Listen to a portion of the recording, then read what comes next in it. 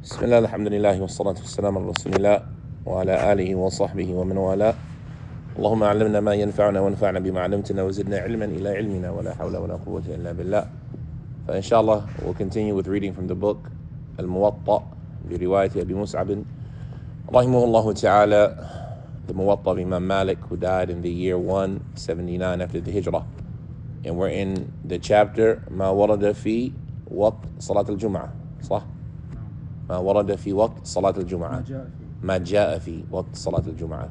And السبب الذي أسأل, because in different riwayat the chapter is called different things, and we're going to see some things that are unique about this riwayah as opposed to a lot of the other riwayat, right? Or some of the other riwayat. So in this chapter there are some things that are unique that you can't find in the other riwayat.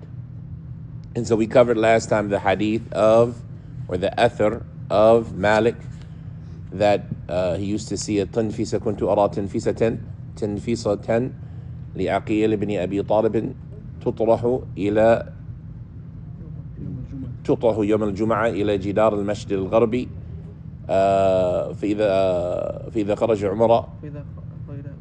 فإذا غشيت التنفيسة كلها خرج عمر فإذا خشيت التنفيسة كلها ظل الجدار خرج عمر بن الخطاب, فإذا صلى الجمعة ثم يرجع بعد صلاة الجمعة فيقيل قائلة الضحى كنت أرى تنفيسة لعقيل بن أبي طالب تطرح يوم الجمعة إلى جدار المسجد الغربي, فإذا غشيت التنفيسة كلها ظل الجدار خرج عمر بن الخطاب فإذا ثم يرجع بعد الصلاة الجمعة فيقيل قائلة الضحى. الله المستعان. طيب, we covered that hadith and we'll talk more about it today, but today we have in front of us the hadith of Amr ibn Yahya al-Mazini. I think everybody already سمعت يلا سمع. أخبرنا أبو مصعب قال حدثنا مالك قال أخبرنا مالك عن عمرو بن يحيى المزني عن ابن أبي الصليط أن عثمان بن عفان رضي الله عنه صلى الجمعة بالمدينة وصلى العصر بملل. قال مالك وذلك لتهجير وسرعة السير. المازني. طيب, والذي بعده محمد الذي بعده. قال أبو موسى قال حدثنا مالك عن عمرو بن يحيى المازني عن ابن أبي سليط أنه قال كنا نصلي العصر كنا نصلي مع عثمان بن عفان رضي الله تعالى عنه الجمعة. كنا نصلي الجمعة مع عثمان ثم ننصرف وما للجدار ظل. نعم. So these two ahadith, the second of them is not in the riwayah of Yahya ibn Yahya. The second of them is not in the riwayah of Yahya ibn Yahya. And so it's from the things that for us are unique about the riwayah of Abi Mus'ab. And that's going to play a difference in some of the rules that we might arrive at regarding these narrations. And we talked about Jum'ah, and we're going to talk more about it today in a little bit more depth and a different approach, inshallah, that I hope will be beneficial. But this narration, or these two athar on Malik, on Amr ibn Yahya al-Mazini, Amr ibn Yahya al-Mazini al-Madani al-Ansari, Amr ibn Yahya ibn Umara ibn Abi al-Hasan. وأبو الحسن كان له الصحبة. So his great-grandfather, Abu al-Hasan, كان له الصحبة. Amr ibn Yahya ibn Umara ibn Abi al-Hasan al-Mazini al-Madani. Thiqatun. He was somebody who was extremely reliable. They say kathirul ahadith. somebody who used to narrate a lot of ahadith, but in spite of that, there is not a lot mentioned about his biography. There is not a lot mentioned about his biography, except those who valued him and deemed him to be thiqah, like al-Nasa'i, like Abu Hatim or Ibn Abi Hatim, and Ibn Sa'd, and other than them who deemed him to be thiqah. They say that he died in the year 140. Ibn Abdul Barr, he says he died in the year 140, while others, like Ibn Hajar, they say he died sometime after 130 Hijrah. Amr ibn Yahya, who was Ibn Umara ibn Abil Hasan al-Mazini al-Madani, thiqatun min as-sadisa. After that, we have Abdullah ibn Abi Salit. And Abdullah ibn Abi Salit, from the things that are unique now, is that he is not in Kutub al-Sittah. So he is somebody who is from the Rijal of Malik that you won't find anywhere in Kutub al-Sittah. And so if that's the case, you won't find him in Tahdhib al-Tahdhib. You won't find him being mentioned in Tahdhib al-Kamal or Tahdhib al-Tahdhib or Taqrib al-Tahdhib. He's not in any of those books that deal with the Rijal of Kutub al-Sittah. So you would have to go to the books that deal with the people outside of Kutub al-Sittah. And there's a book by as-Suyuti, rahimahullah ta'ala, that deals just with the people of Imam Malik, that deals just with the Rijal of Imam Malik, Is'af, al-Muwatta fi man ja'a fi al-Muwatta, or kada, right, by as-Suyuti. But Abdullah bin Abi Salit, he is also from the Rijal of the Musnad, from the Rijal of the Musnad of Imam Ahmed. So you can find any of the books that deal with the people of the Musnad of Imam Ahmed, he'll be mentioned there as well. But outside of that, from the 6 books specifically, and then when you go into the 9 books, I don't know if Abdullah ibn Abi Salit is from the Rijal of ad-Darimi, but he is not somebody who was abundant in hadith. His name was Abdullah ibn Abi Salit. And Abi Salit or Abu Salit, they disagree about his name. Some of them say his name was Usayr or Asir or Usaid or Anis or Unais or Sabura or Asbura. They disagree about what his name is, but he was known by his kunya, Abu Salit. And he was a Sahabi who participated in Badr. This is the father, Abu Salit, Ibn Amr ibn Qais al-Najjari, from Bani Najjar al-Ansari. As far as Abdullah, then there's not a lot mentioned about his biography, except that they mention him in relationship with his father. And so they say Abdullah narrates on his father, right? Abdullah ibn Abi Salit narrates on his father the hadith, for example, of not eating domesticated donkey. That's a hadith that they're famous for, al-Nahi and Lahm al-Humr al-Ahliya or al-Insiya. But Abdullah, some of them say he was a companion. Some of them say he was a Sahabi, lahu suhbah. Like this, it was mentioned by Ibn Hibban, while Ibn Abdul Barr, he says, fihi nadar.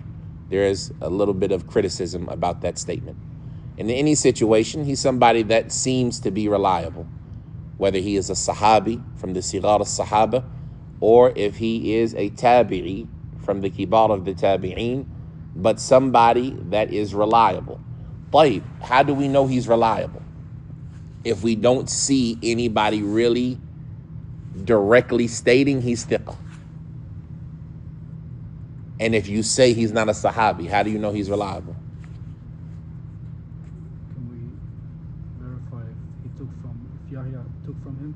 Who is Yahya? I mean, Amr bin Amr Yahya? bin Yahya. We know for sure Amr bin Yahya narrated on him, so that's not a big issue. Right. That's not the big issue right here. And he's somebody who is known. Ibn Abi Salit is somebody who is known. But when we talked about the different types of people, we said that you had somebody who is majhul al-hal or majhul al-ain, right? And so majhul al-ain is the person who only has one student, right? And Abdullah bin Abi Salit, he has more than one student. So he's not from that category of people. But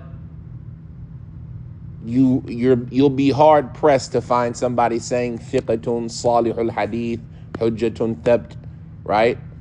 You don't find a lot of that statement. Now, if you say he is a Sahabi, then it's done. He's thiqah, because You don't even say thiqa, he's a sahabi, right? Lahu suhbah. But what if he isn't a sahabi? How do we know the value of that individual, the grade of that individual? How would you determine he's thiqa, right? For us to verify this narration that he's in. What would you do? I would take all his narrations and compare them to other if they're similar. Okay. See what his. But what about the things he's unique in? Like we said, this hadith, he might be unique in. Nobody else narrated it. What would you do? I mean, look what the Sheikh Suyuti, what they say about him. Well, I mean, Suyuti is mutaakhir. He's somebody later. Yeah. All he can say is what the people before said about him, right? And all the people before really said about him was who he was. So how do we determine if he's reliable or not? You have to have the information, though. So where do we get that information? How do we make this determination? One thing we can look at is we can say, okay, what you mentioned is a good aspect, you to compare him in his narrations. But we could also look at the fact that they claimed for him was suhbah, it's as if they're saying, even if he's not a companion, he's reliable. Because some of them believe he was a sahabi. So even if he wasn't a sahabi,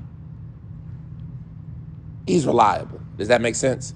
Like, by only talking about saying some of them said he was a sahabi, it's as if we're saying everything else he's reliable in. He almost is a sahabi, or he might even be a sahabi. So that's a praise you'll see often when you get to certain, especially this tabaqah, this generation of people. You'll find a lot of people from this generation talking about the father. I'm talking about the son, Abdullah ibn Abi Salim. You'll see a lot of people from this generation where they'll just say something like, it's said he is a sahabi, or he has companionship, and they disagree about it. And they won't mention anything else.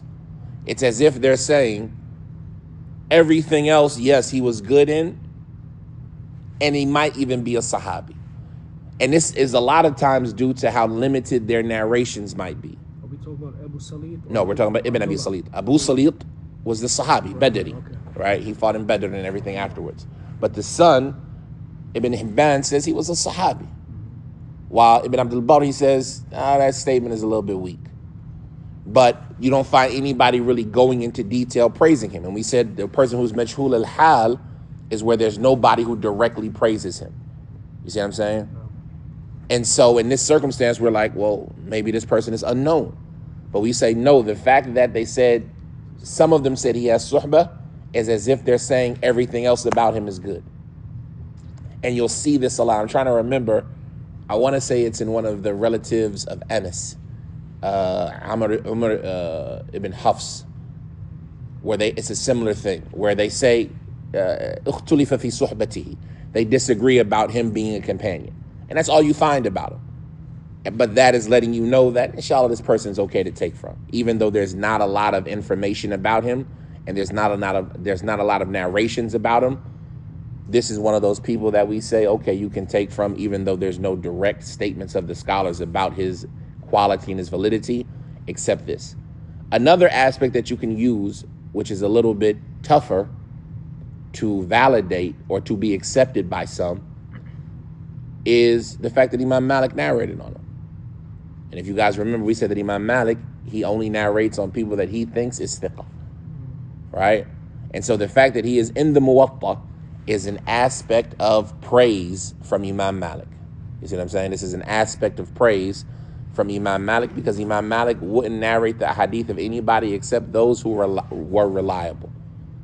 And obviously there's some criticisms about that and some deficiencies in that, but this is a general principle. People like Imam Malik, Ibn Muhammad ibn Ajlan, and other than them, they would only narrate on reliable people. And the benefit in all of this, and understanding all of this, is that you'll come to realize that there is disagreement about people and what makes somebody acceptable or not. Right? We often hear about the science of jarh and ta'dil and who is acceptable and who is not. And just like in any other field or any other science in Islam, there's a lot of disagreements in these topics. And it's not just because something is popular in our day and age or with a group of us that it is the correct opinion or the majority of the people's opinion, right? So for example, Ibn Abdul Barr, he says anybody who narrated hadith and was never criticized, then this person is thiqah. There doesn't have to be any praise of the person. You say, why do you say that, Ibn Abdul Barr? He says, because the Prophet said in the hadith, يَحْمِلُ هَذَا الْعِلْمِ مِنْ كُلِّ خَلَفٍ عُدُولُ. They'll carry this knowledge from every succeeding generation, the righteous ones from them. And so if somebody narrated information, hadith, and they weren't criticized, and they fall under the general praise of the Prophet. That's his argument. And that's completely contrary to what we mentioned from praising somebody, where if they don't have anybody who directly praises them, then they're not reliable, or they're majhul al-hal. Likewise, what about if somebody says, somebody reliable narrated to me? Is that good enough? Haddathani thiqah. You hear this statement a lot nowadays, right? People, they don't want to tell you where they got their information from, so they say, and a trustworthy person told me, but they don't tell you who the trustworthy person is. In the science of hadith, according to a lot of them, that will be rejected. But with some of them, it will be accepted, right? If Sufyan said, Haddathani thiqah. So the point is that these are just subtle things that it's important to pay attention to in the narration. So we have Amr ibn Yahya al-Mazini al-Madani, and then we have Abdullah ibn Abi Salit al-Madani al-Najjari min al-Ansar, min Bani Najjar. Malik ibn min Bani Malik, from Bani Najjar. طيب, he says, صلى أن عثمان بن عفان صلى العصر جمعة بالمدينة. أن عثمان بن عفان صلى الجمعة بالمدينة. عثمان بن عفان أبو عمرو الأموي أو الأموي مشهور, ثالث الخلفاء, the third of the khulafa. We don't have enough time to go into all of his praise. Some of the simple things about him: he was born about 6 years after the Prophet ﷺ. So he was younger than the Prophet and younger than Abu Bakr, but older than Umar, right? He was about 4 years older than Umar. He was born about 6 years after the Prophet ﷺ. He was the fourth person to accept Islam, right? Rabi'u man aslam. He was the fourth person to accept Islam. Aslama ala yaday Abi Bakr, right? He accepted Islam on the hands of Abu Bakr, with other individuals like Az-Zubair and Abdul Rahman ibn Auf and Sa'd ibn Abi Waqqas and Talha ibn Ubaidillah, right? These individuals, a lot of them accepted Islam through Abu Bakr. And Uthman has a lot of unique and praiseworthy qualities. Obviously, he is from the Khulafa al-Rashidun, and the best people after the Prophet ﷺ in order are Abu Bakr, Umar, Uthman, right? And even though there used to be some disagreement amongst some of the people about who was better, Uthman or Ali, and this is a disagreement that used to exist amongst the Salaf, right? The affair has settled at Uthman was better than Ali, right? And so their order in Khilafah is their order in preference. And the hadith of Ibn Umar, where he talks about that we used to say that the best of the people were Abu Bakr, and then Umar, and then Uthman, and the Prophet was alive and he wouldn't criticize it, supports this, right?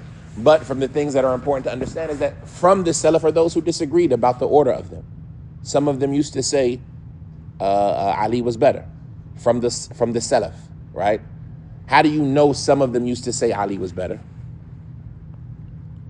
How would you figure that out? How would you know that? Because this would be an issue that somebody might make you say, well, nobody's ever said that. And they might present this hadith of Ibn Umar to make you think that it's a consensus at that time that Uthman was better. But how would we know that some of them used to say Ali was better? Do you know the story about how he became the Khalifa? And it was the judgment of Abdul Rahman ibn Auf, right? There were 7 people left at the time of Umar's death that were promised paradise. That the Prophet died and Allah was pleased with them. He excluded his cousin, Sa'id ibn Amr ibn Nawfal, right? Ibn Zayd ibn Amr ibn Nawfal. He excluded his cousin. That was Umar's cousin, so he excluded him from the running. And so that left 6 individuals: Uthman, Ali, Az-Zubair, Abdul Rahman ibn Auf, Sa'd ibn Abi Waqqas, and I always get, is it Talha or Abu Talha? Talha ibn Ubaidillah, right? So those 6 people were in the running. Talha didn't want nothing to do with it, right? Az-Zubair gave his hat to Ali. And if I'm not mistaken, Sa'd gave his to Uthman. And Abdurrahman said, why don't you all let me choose? Why don't you let me determine between the two of you, right? And so he asked them questions, and he went and asked the Muhajirin and the Ansar in Medina, and the decision came in support of Uthman. He was asking who was better, who do you think is right? The conversation shows us that some of them would have supported Ali over Uthman, right? And so it's not something, like there's also the statement of Aisha, radiallahu ta'ala anha, that if Abu Ubaidah was alive, we wouldn't be having this conversation, right? Aisha, she used to say about Abu Ubaidah ibn al-Jarrah, if he was alive, this wouldn't even be an issue. He would have been the next Khalifa, right? But he died during the Khilafah of Umar. So the point of it is that although there might have been some acceptable differing of opinion regarding who was better at the time, Uthman or Ali, from the things that the affair has settled on is that Uthman was better. And this is what is common. This is without a doubt, the majority and almost a consensus, if not a consensus after the fact, that Uthman was better. What there is no disagreement about is that he was the rightful Khalifa.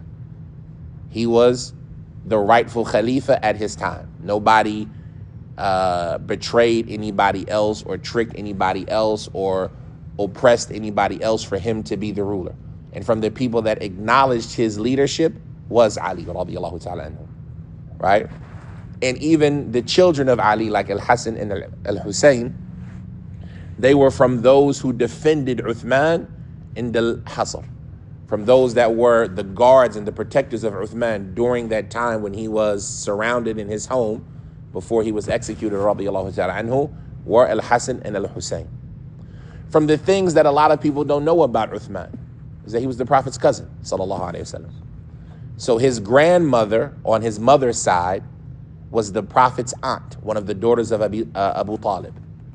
So Uthman's mother's mother was the daughter of Abu Talib. I'm sorry, the daughter of Abdul Muttalib, the daughter of Abdul Muttalib. So this makes him the Prophet's second cousin. From the things that are nice to look at are the relationships between the companions and the family of the Prophet ﷺ. Because a lot of times people will make you think that there is a disconnect between the family and the companions. But when you really study it, you find out that the companions, most of them are the family. And the family were all companions. So you see that there's this relationship. Like how could a Shi'i, for example, that claims love of the family of the Prophet ﷺ dislike Uthman when he's the Prophet's cousin ﷺ? And even though it's on the maternal side, it doesn't negate their relationship. He is from the progeny on the female side of Abdul Muttalib, right? So even though he's not technically Ahlul Bayt or Al Bayt, you see that there's this relationship. And that's in the, what's the word I'm looking for? That is in the, what's that word? The parents, right? As far as it relates to his relationship with the Prophet, and other than that, then he had another quality that was unique about him. And from that, he derived his nickname, Dhu Nurayn, the one who possessed two lights. And that's because he was the only person to ever marry two daughters of a prophet. He was the only person to ever marry two daughters of a prophet, marrying Ruqayyah, the prophet's daughter Ruqayyah. And then after she died, he married Kulthum, the prophet's other daughter. And he said, after she died, yani the prophet, if I had a third daughter, he said, marry your daughters to Uthman. Because if I had a third daughter, I would marry her to Uthman, right? And so this is a high statement from the Prophet ﷺ. So how could somebody dislike somebody that the Prophet ﷺ was so pleased with, right? To marry him, his daughters, twice. From the things that were unique about Uthman is that they said, Ishtara al-jannata marratayn. He purchased paradise twice. He bought paradise twice. He bought paradise the first time when they made hijrah. There was a well from which the Ansar used to get their water, and the person who was in charge of that well, he would sell it. He would sell them the water. And the Prophet ﷺ suggested to him, why don't you sell it to us to give it, and I'll guarantee you paradise. And that Sahabi, he said, this is the only way I have to make money. This is my only means. And so Uthman, he bought it. I forgot the number that they mentioned that he bought it for, but he bought it for a high number. And then he said to the Prophet ﷺ, does the same arrangement you made with so-and-so apply to me? And the Prophet ﷺ said yes. And so he said, it's for the Muslims. And like this, the Muslims were able to get free water. And like this, Uthman bought paradise for the first time. The second time that they say he bought paradise was when it was the Jaysh al-Usra, the army of hardship that was headed out to Tabuk. And the Prophet ﷺ encouraged the people to give and said, who will give for the sake of Allah?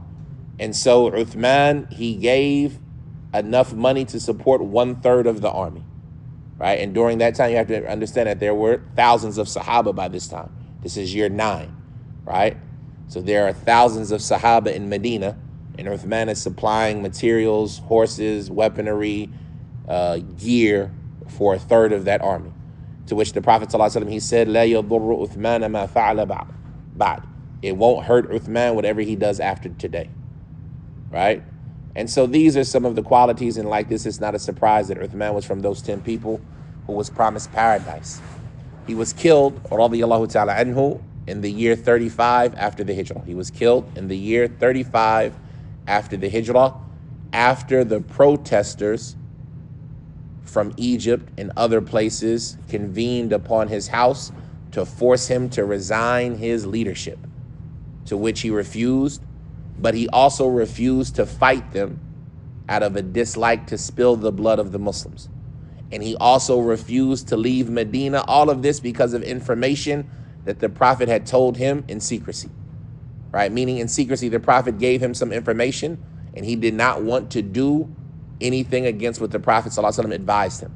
And it was known that he was going to die as a shaheed. And so when the people started to disapprove of some of the decisions that Uthman made as a ruler, and the Khawarij of that time under the leadership of Abdullah ibn Saba and other than him, encouraged the people to voice their disgruntledness. And this is how it starts. This is an Aqidah point and a Minhaj point. It started with them voicing their disgruntledness. Just complain about Uthman, the things that you don't like. He has a cousin who drinks alcohol, who he put in charge of Basra or Kufa. He has an action in Salat that nobody else is doing. He went against, quote unquote, the Sunnah in their opinion. And he appoints his family into positions of power. And, just voice your disgruntledness about him. After voicing their disgruntledness and getting enough people on their side, they decided to march on Medina. And they surrounded his home for a number of days, like 21 or more, if I'm not mistaken. And they were demanding him to step down, right? Just give up your khilafah. Their original intent wasn't to go and kill him. It was just give up your khilafah. But this is how we see the harm of protesting, and we see the harm of what it leads to, right? The Muslims who would encourage you to do an action like this, they're not looking at the origins of these actions and their results. It started with people just talking, voicing their complaints about the leader, whether the leader was right or wrong, right? Some of the Sahaba disagreed with some of the actions of Uthman. So who was right is a conversation. But whether he was right or wrong, he was the leader. But when people talked about him, and then they got it into themselves to go march, to let their voices be heard, to go demand that the ruler do something in public. This is the essence of what a protest is. And then the affair got worse and worse until they finally were brave enough to hop his fence and execute him in his own home, radiyallahu ta'ala anhu. And he died, like we say, in the year 35 after the Hijrah. And from his death sprouts the fitna that arose amongst the Sahaba, radiyallahu ta'ala anhu. Right, between Ali and Aisha and those who were with her, like Az-Zubair and others, and between Ali and Muawiyah. And these affairs are things that, we hold our tongues back from, alhamdulillah, but it's important to understand some of that history. So this was Uthman ibn Affan, radiyallahu ta'ala anhu wa arda. So this is the isnad. حدثنا أو أخبرنا عمرو بن يحيى المازني عن ابن أبي سليط أن عثمان بن عفان صلى العصر صلى الجمعة بالمدينة. He prayed Jum'ah in Medina. وصلى العصر بملل. Melal is a place that is in between Mecca and Medina. It's on the path from Medina to Mecca, and it is about somewhere between 17 to 23, 24 miles. Right? Somewhere between 17 to 22, 23 miles, which is a distance.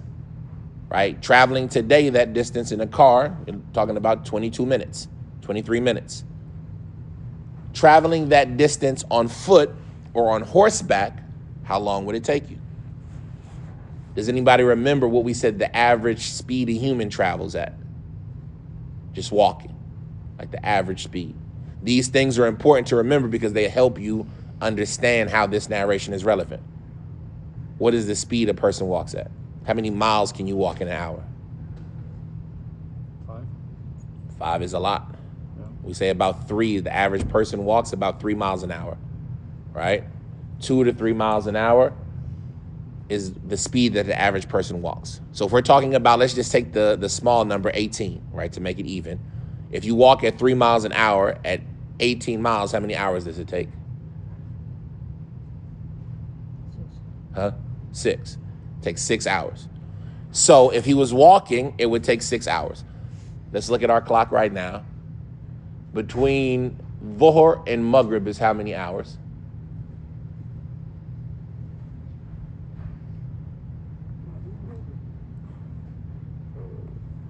$12:23 to 4:50. 12:03 to 4:48. It's less than 5 hours. It's less than 5 hours. So if he was walking, it would take 6. You can't do it in 5, right? So that's a distance. What if you say it's the 23, 24 miles, right? That's, you walk 3 miles an hour, 3 goes into 24, 8 times, right? So that's 8 hours. That's a long time. You see what I'm saying? And so how was he able to pray Dhuhr Jum'ah in Medina and pray Asr in Melal? Especially when we ask ourselves the question, when did he pray Asr? When you hear this hadith, and this is what we're going to do on the board today, we're going to talk about it in a second. When you hear this narration, wa alaikum salam wa rahmatullah, what do you think about it? He prayed Jum'ah in al-Medina and prayed Asr in Melal. What do you get from this hadith, specifically the Asr prayer? That he either prayed it late or that he prayed Jum'ah earlier. Okay. Or you could, so when we talk about Asr, he either prayed Asr on time, in early time, or he prayed Asr late, right? If he prayed Asr early on time, is that the default thought or not? This is how people make these opinions that they have that we all often talk about, right? You're looking at this Sahabi, Umar or Uthman. Did he pray Asr in its early time or its later time?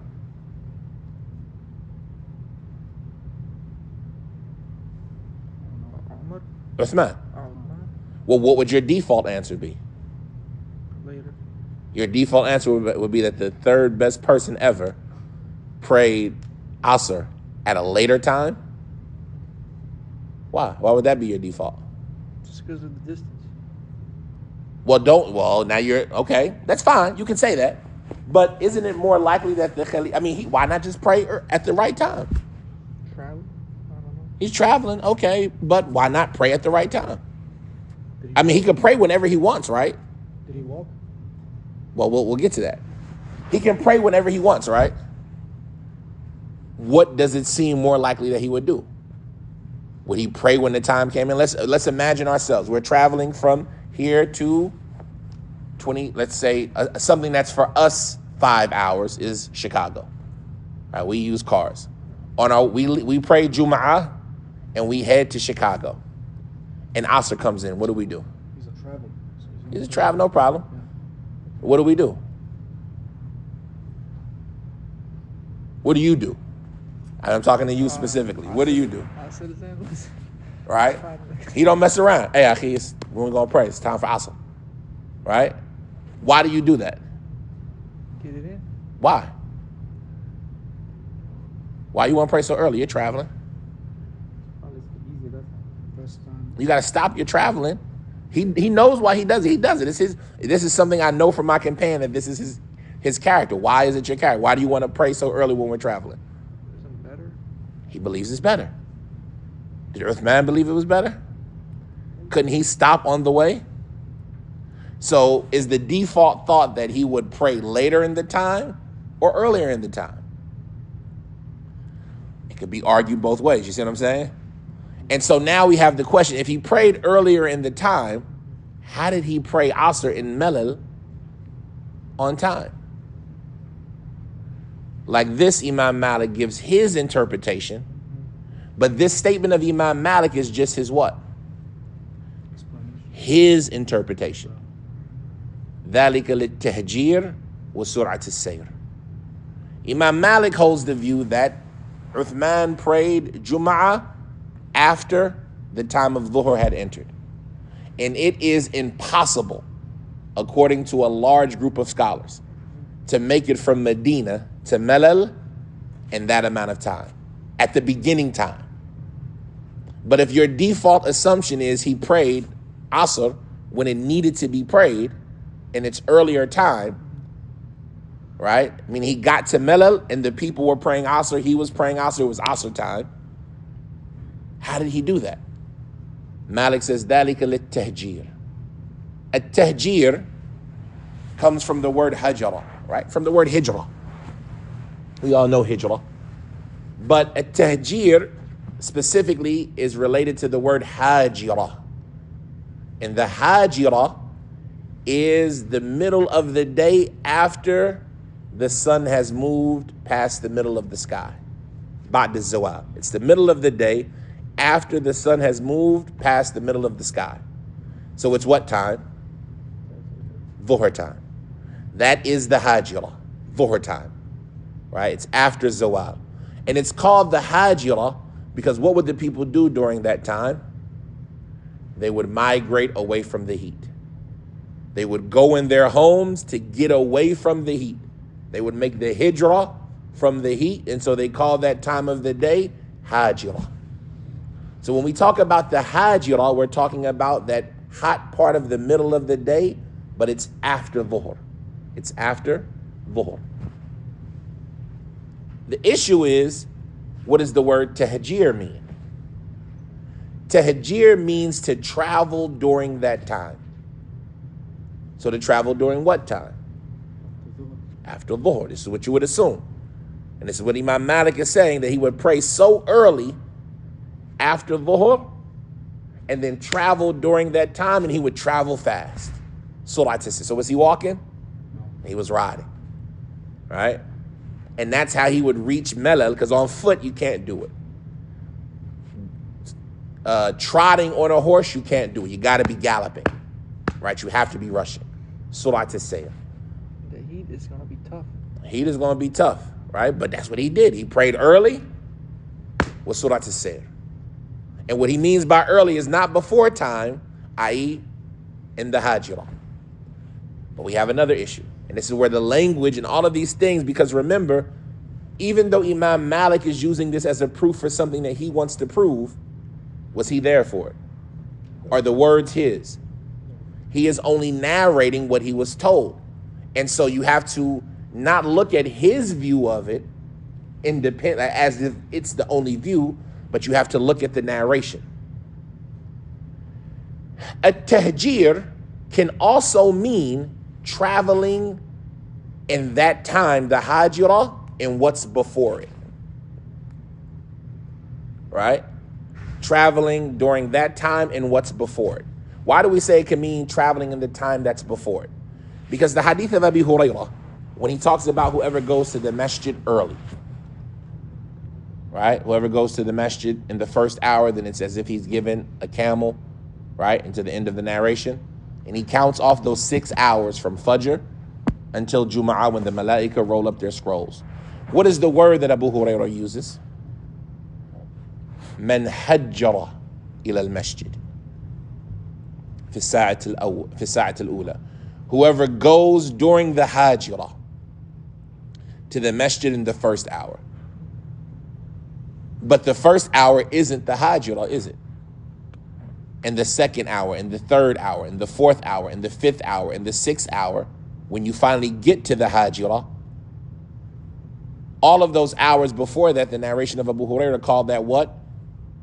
At-tahjir. So, even though Imam Malik is saying ذَلِكَ لِلتَّهْجِيرِ, and he's basing this on other narrations that talk about them praying during the hajira, it could be understood that the tahjir is before dhuhr time, right? And so we now have this dual possibility. So that's this narration. أن عثمان بن عفان صلى الجمعة بالمدينة وصلى العصر بملل. Some people might say, no, Uthman prayed at the end of the time, meaning he barely got it in. By the time he got to Melal, it was almost leaving, because even if he traveled on horseback, galloping, how fast does a horse travel? They say a horse running at its full speed, right, when you're galloping on it, is doing, like, you're not racing, but you're galloping. You're moving on the horse to go somewhere fast. It's about 8 miles an hour. So that's going to take him, if he was doing that the whole time, about 3 hours. So he could have made it, right? He could have made it. But is he going to rush that speed, that top speed on the horse the entire time? 3 hours pushing it? So these are things that make a person say, that's why some of the Salaf, they said, like Ibn Hazm and other than him, they say it's impossible for a person to make it from Medina to Melal if you prayed if you prayed Jum'ah at the time of Dhuhr. You would have had to pray it before time. And so now we have this conflict. Imam Malik is using this narration to prove that he prayed after Dhuhr. Well, how did he get to Melal? ذَلِكَ لِلتَّهْجِيرِ وَسُورَةِ السَّيْرِ. While other people are using this hadith to say, no, it's the same hadith, but he prayed before time. And that's how he got to Melal. And we're showing you that you can pray before time because Uthman prayed in Medina Jum'ah and he prayed Melal Asr. How could you do that unless you prayed early? Can't happen. You're talking about 8 hours. You can't do that. Play. Now remember, Malik has his position. But what does this next narration say? The next narration, he says, حدثنا Malik and Amr ibn Yahya al-Mazini and Ibn Abi Salit. And this narration is actually a continuation of the previous narration, right? In other ways, in other versions, you'll see that Ibn Abi Salit is adding this statement on, right? It's not like it's two separate narrations. It's a continuation of the previous narration. He says that كنا نصلي الجمعة مع عثمان بن عفان ثم ننصرف وما للجدار ظل. Right, we used to pray Jumu'ah with Uthman ibn Affan. And then we would leave. We would leave the prayer and the wall didn't have a shadow. Like, what does that mean? The wall didn't. There was no shadow for the wall. That means the sun was above it. That means it's al-Hajira. It's the Hajira right now. The sun is at the middle of the sky, right? It's the hottest it's going to be. It's at the middle of the sky. We would finish the salat and the wall wouldn't have a shadow. Like, that means when we started the salat, it would have been what? Before. What about before the salat? What comes before the salat? What comes before the salat? It's Jum'ah. What comes before the salat? The khutbah. We got the khutbah too, right? And this is Uthman. What did Uthman also have? That second adhan, right? So all of this, when is all of this happening? Before Dhuhr time. Because when we were finished, it hadn't even become Dhuhr time yet. Now, Imam Malik is bringing this narration But what is his understanding of it? What is his interpretation of it? His interpretation of it is we would finish and the wall wouldn't have a shadow, i.e. the khutbah and the salat were short before the shadow would have time to grow, right? Meaning we prayed the moment it came in, and he would be finished so fast that we still wouldn't have a shadow on the wall. Because he was rushing. Not even that it's rushing, it's just their khutbah, was it long or short? Short. They would have short khutbah, right? And their salat, though, how is their salat? That's the problem. But they would make it seem the interpretation that you have to have for this to be applicable to the narration of Malik is that his khutbah was short, his salat was short, and by the time we were done, maybe it was all 10 minutes. I'm saying maybe he wanted to travel quicker. Maybe he was going to Melal, right? Maybe he wanted to get done to travel because you can travel on Jum'ah after Jum'ah, not before, right? So maybe, but there's going to still be some problems because what did he say in the beginning of it? In the last one? Yeah. What does kunna mean? We used to. What's that mean? We talk about it all the time. Yes. It shows repetition. It shows continuousness. Kunna, we used to do this. It wasn't a one-time event. Kunna nusalli. This was a habit of ours. That we would pray with him and we'd be done, and the jidal doesn't have any dhil. So it's not about him traveling that week. You see what I'm saying? This is something that was customary. So now we have this conflict. I can use this as a proof that you prayed Jum'ah what? Before the time. And I can use this as a proof that you prayed Jum'ah what? At the time of Dhuhr. All three of these hadith that Imam Malik brought can be used by both sides. Now we know what Imam Malik's opinion was about them, but all three of these narrations can be used by both sides. How was the first one usable by both sides? The outside of the tinfasa and inside. The tinfisa would be outside the masjid or inside, right? Because he said, كنت أرى تنفسة لعقيل بن أبي طالب يوم كنت أرى تنفسة لعقيل بن أبي طالب يوم الجمعة تطرح إلى جدار المسجد الغربي. If the shadow is to the west, where is the sun? And that means it's not Dhuhr time yet. Because the shadow is to the west. And if it was on the west side of the wall, how could the shadow cover it unless the sun was still on the east? Now you could say, well, it was on the west side of the wall, but inside the masjid, and that would mean the sun would be to the east. So I can use it both ways. The statement, فَنَقِيلُ قَائِلَةِ الضَّحَى, and we would take the qaylula of Dhaha time. When is the Dhaha time? When the sun is the hottest. And in some of the narrations, it says قَائِلَةُ الضُّحَى, and we would take the qaylula for Dhuha. When is Dhuha? Before Dhuhr. Now, the people who have the other opinion, they say, well, no, they would make up the nap. But the narration doesn't say they would make up the nap. It just says that we would take the nap of Dhuha. And if we are taking the nap of Dhuha at Dhuha time, what time did we pray? We prayed before. So all of these narrations can be used for both sides. And so now we have the conflict. When is the time for Jum'ah? Right? Just to summarize the gist of it, we have a couple of opinions. One is before Dhuhr, is when it comes in. Two is it comes in at Dhuhr time. Three is about when it ends. It ends at Dhuhr time. And then four is it ends at Maghrib. So we got two opinions about when it comes in and two opinions about when it leaves. We're not going to talk about the opinions about when it leaves, but we want to talk about the opinions about when it comes in, right? One opinion is that it comes in before Dhuhr, and one opinion is that it comes in at the time of Dhuhr. And the difference is that if you hold the second opinion, if you prayed early, your salat is invalid. right? If you prayed early, your salat is invalid. So you have to wait until dhuhr. What I want y'all to do, everybody has a phone or some ability to research. You got some ability to research? Let's research.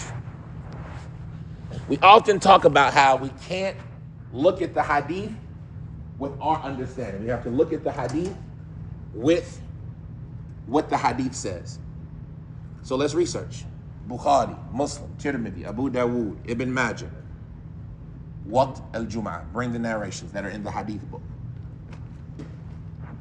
Grab your phone. Let's bring narrations. Which book are you doing? That's fine. Mine is recording too. You don't have to turn it off. Just minimize the screen. Which book are you doing? Pick a book. You got Bukhari? Tayyib. Which book you got? Huh? Nasa'i? Mumtaz. Which book you got? Muslim? What is it? Ibn Majah or Sunan Abi Dawood? Sunan Abi Dawood? Okay, I got Ibn Majah. That means you got to find the section in Ibn Majah that deals with the time of Jum'ah. We're trying to find it. First thing you got to find is the section in Ibn Majah that deals with the time of Jum'ah. I'll give you a clue. Most of the time, the chapter is going to be called the time of Jum'ah. Have you ever researched a hadith before? So think about it. Remember, this is when we talk about how the hadith are laid out in the book. Besides the Muwatta, how do most books start off with? Tahara. So you know you got to get all the way past Tahara. The people who are doing Bukhari and Muslim, you have another problem because your book is a what? It's a jami'. So it has topics that aren't halal, haram, fiqh. It has stuff that isn't fiqh. So you got to get through ilm, iman, and all of that until you get to fiqh. After you get to fiqh, you got tahara, you got to get past all the tahara. The next thing after tahara is going to be what? Salat. Is Jum'ah going to be at the beginning of salat? No. Is it going to be at the end of the chapter of salat? What's the last salat you can think of? If you had to put the salat in order, what would be the last one? Janazah. That's the last salat you'll ever pray. So, Janazah is going to be at the end most of the time. The obligatory salats are going to be in the beginning. Is Jum'ah an obligatory or a voluntary? Or is it in between? Is it obligatory or voluntary or in between? It's in between. Fard kifaya. Does everybody have to go to Jum'ah? So it's in between. Does the woman got to pray dhuhr? Yeah. So that's obligatory. You see what I'm saying? So you'll be looking for it after the conversation about the obligatory salats. So if you find a section that helps that you see that this is about dhuhr, asr, maghrib, isha, keep going. Most likely the first salat after the 5 obligatory, the most important one after the 5 is what? Jum'ah. And so that's where I would look for it at. Right? If you have a search option, you can just type in time of Jum'ah, and most of the time it'll pop up in your book. Like, for example, in Ibn Majah, my chapter is called Bab Ma Ja'a Fi Waqt al-Jum'ah. Should pick that. But you got to be able to search it. You have a search option on yours. This is where the technology of what we have nowadays at our hands comes into play. What kind of app or book or reference? Like if you have a book, it's easy to just flip to the page and check the index. Right, but you got to know how to search a hadith book if you didn't have an index, because the early hadith books didn't have an index. Nowadays, we have a table of contents. Nowadays, we have an app where I can just type it in. Did anybody else find their sections? Now, remember, it'll probably be its own kitab. Because remember, we talked about how the books of hadith are broken up into kutub and abwab. So you're looking kitab as-salat, and then keep going until you see Kitab al-Jum'ah, for example. So let's go one at a time. Where are you at? What app are you in? Sunnah.com. Huh? Sunnah.com. So Sunnah.com is tough. I know, but All right? So we got what you would do here. You want to get to this screen where it shows you Sunan Abi Dawud and it shows you all the chapters, right? Yeah, but it doesn't show it though. It does somewhere. I just forgot how to get there because I don't use this much. There's a place to go where it shows you the chapters.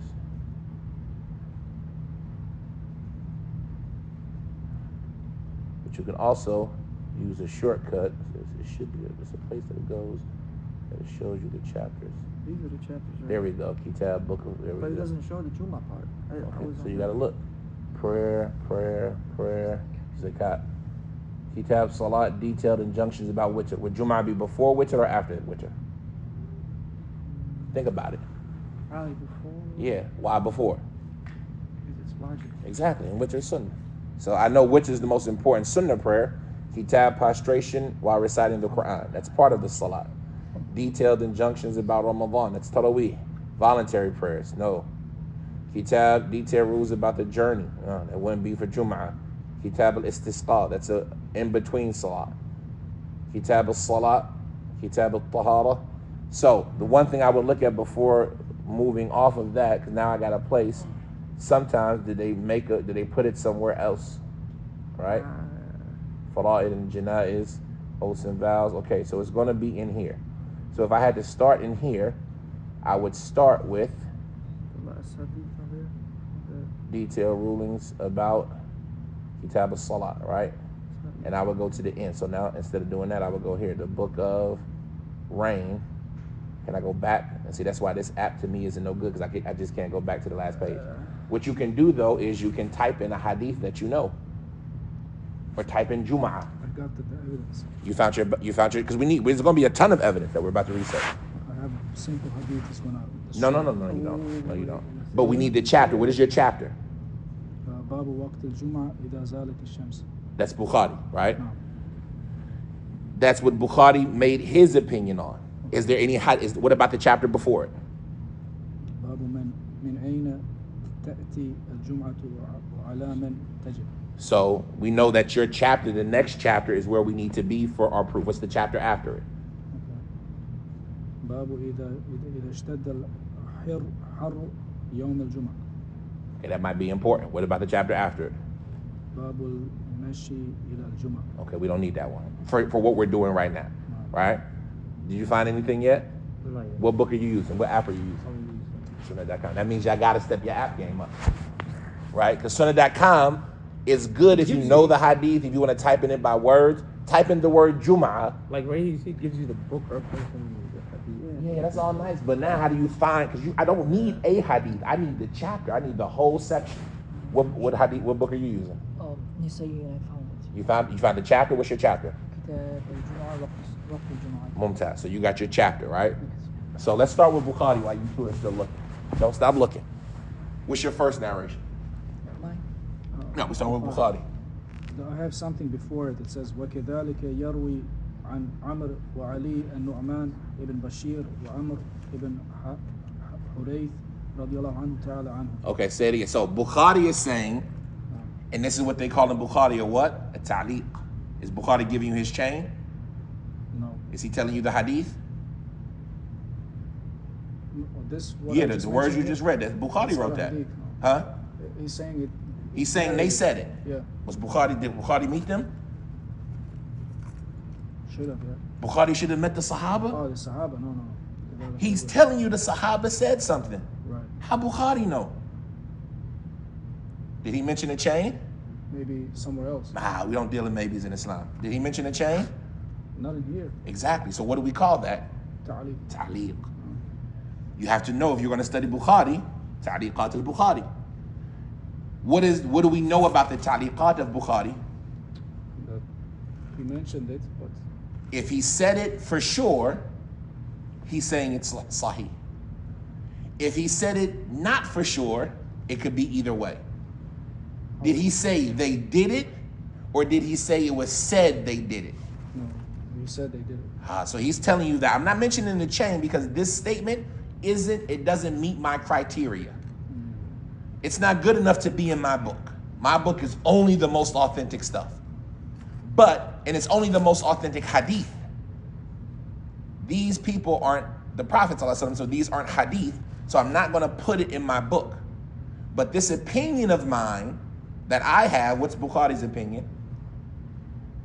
That it's after that.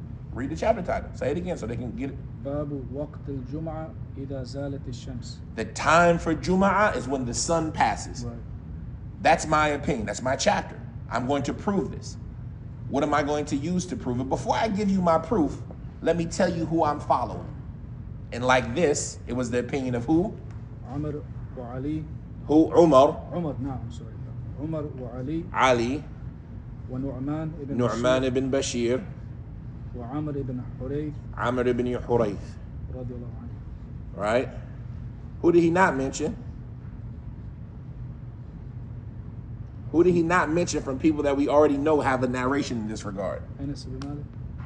Who we already know. Yes, he didn't mention Anas. That's an important one. But who else did he, from the people that, because remember, our study is about what? What are we learning? The time. Muwatta. Muwatta. Who did he not mention from the people we know have a narration in this issue? Uthman. Bukhari did not include Uthman amongst these people who held his view. You see how that's significant? Yeah. He mentioned Umar, but he didn't mention Uthman. So we're going to have to make a decision about that. You found your section? باب في وقت الجمعة. Mumtaz. So don't lose your section. We're still waiting on Muslim. The good news is a lot of you guys are going to have it easy after we get past the first couple of books. So Bukhari said, now here, X is for the people who say before. Check is for the people who say after. A dash is for what you can take both ways. According to Bukhari, all these people say it is after Dhuhr time, right? And these would be athar. We still have the problem. Did Bukhari tell us the stories?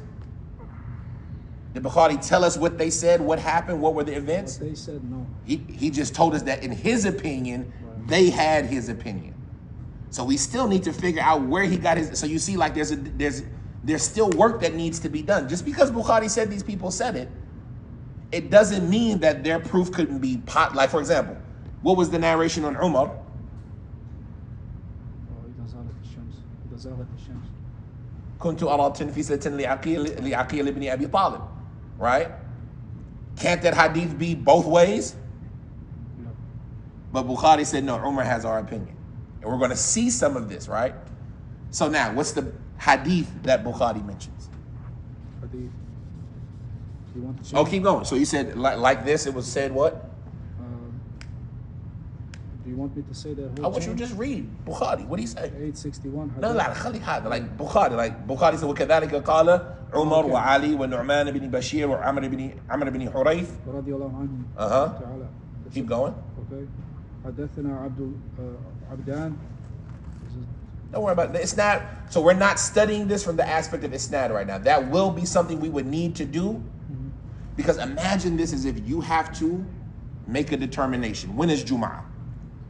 I got a hadith. You got a hadith, but that we're going to find out. When is Jum'ah? You need to find an answer, right? Yep. The first thing you need to do is what? Research. Research. You need to gather up all of your information. It's not enough to just, I found the hadith, I found the chapter. I got to gather up everything I can gather in this field. Then I have to evaluate it by the isnad, so I can start getting rid of stuff. Then I need to start combining and excluding, right? So that's what we're doing right now. We want to end today knowing when is the time of Jum'ah, to some extent. حدثنا عبدان. قال أخبرنا عبد الله قال أخبرنا يحيى بن سعيد أنه سأل عمرة عن الغسل. عمرة, we know Amrah. بنت عبد الرحمن. Hey. عن الغسل يوم الجمعة فقال قلت عائشة قلت لي عائشة وقالت عائشة أو قالت عائشة. قالت عائشة رضي الله عنه تعالى عنهما كان الناس مهنة أنفسهم. Is that correct? I don't know. You gotta keep reading. Okay. وكانوا إذا راحوا إلى الجمعة راحوا في هيئتهم فقيل لهم لو اغتسلتم. Keep going. لو اغتسلتم. Okay, different hadith. Okay, so now we got a problem. كان الناس مهنة أنفسهم. People were doing their jobs. mihnatu anfusihim. They were busy with themselves, right? فَكَانُوا إِذَا رَاهُوا إِلَى الْجُمْعَةِ. So when they would go to Jum'ah, what would happen? قِيلَ لَوْلَا اغْتَسَلْتُمْ. نعم قيل لهم لو اغتسلتم. So this hadith, you say you got a proof, right? The people were busy with their affairs on Jum'ah. And when they would rahu ila al-Jum'ah, what is ar-raha? Relax. No. No. Raha yaruhu. To go during the roh. When is the roh? Would that be like when it's cooler? Or? To be honest, I don't know. I know the common answer. But before we talk about that, let's look at the hadith. The people were busy with their own selves. And then when they would go to Jumu'ah, Rush. no, what does it say? When they would go to Jumu'ah, they would go ala hayatihim. They would go the way they were. I'm working all day in my farm, and then when we go to Jumu'ah, they would go the way that they were.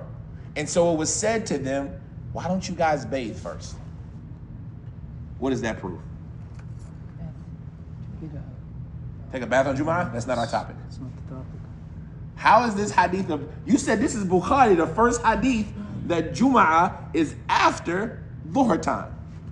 How does this hadith prove anything about Jumu'ah after Dhuhr time? Did he make a mistake? Is it in the wrong section? Maybe this hadith should have been in a different section. He said to take a bath, right? Yeah. Showing that you got time till. Oh, maybe, but that doesn't prove I got time to take a bath at the Fajr and still get there. Yeah, I know, but just you got time. You gotta be better than that. Yeah, but it's under the bab of Jum'ah. إذا زالت الشمس. What time would they go? Do you want a different hadith? No, I want that hadith. Yo, Bukhari brought that hadith and brought that hadith first. Why he bring that hadith first? Maybe it's still like, I don't know. What time did they go?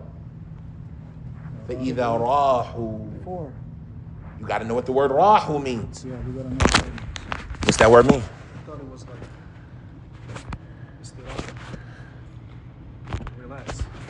So no, that's not what rahu means. So now we got to go to raha. Where's your dictionary?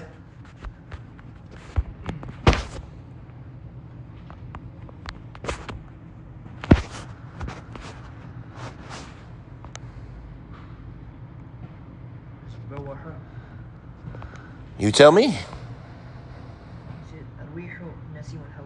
Okay, that's the wind. So when they wind, now that doesn't make sense there. You got to find that word, raha yaruhu.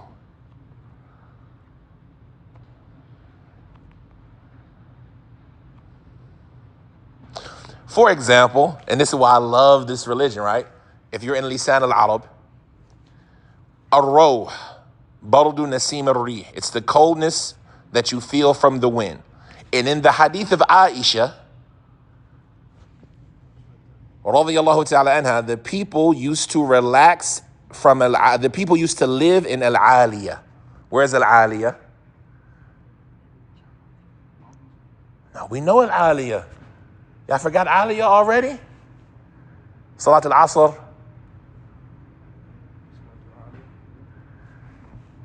ثم يذهب الذاهب إلى بني عمرو بن عوف or إلى قباء al-Aliyah, outside of Medina.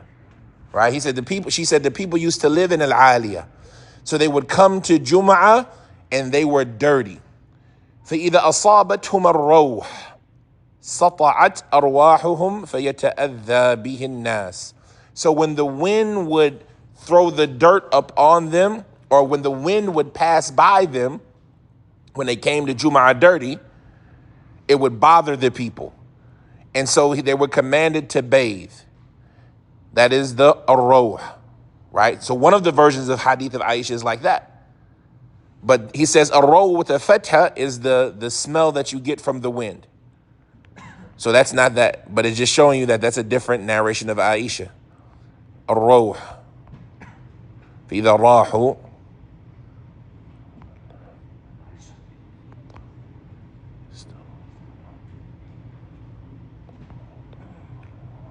that bother you? No, not at all.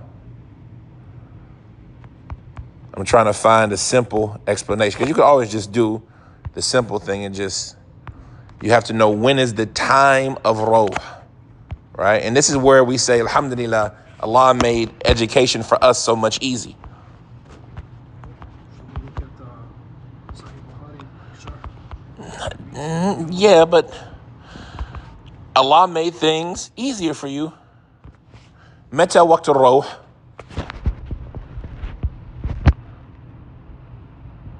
What is Ruh? That's the time. We're trying to figure out what is the time of the Ruh. You would say, yani ruhtu, right? In Arabic is a famous expression. You say, I traveled during this time. Right now, you're just having to find out what this time is. But I'm trying to get a self statement, not just a generative statement. You see what I'm saying? Are you still on Lisan? Yeah, I'm on all of them, no, actually. Apologies.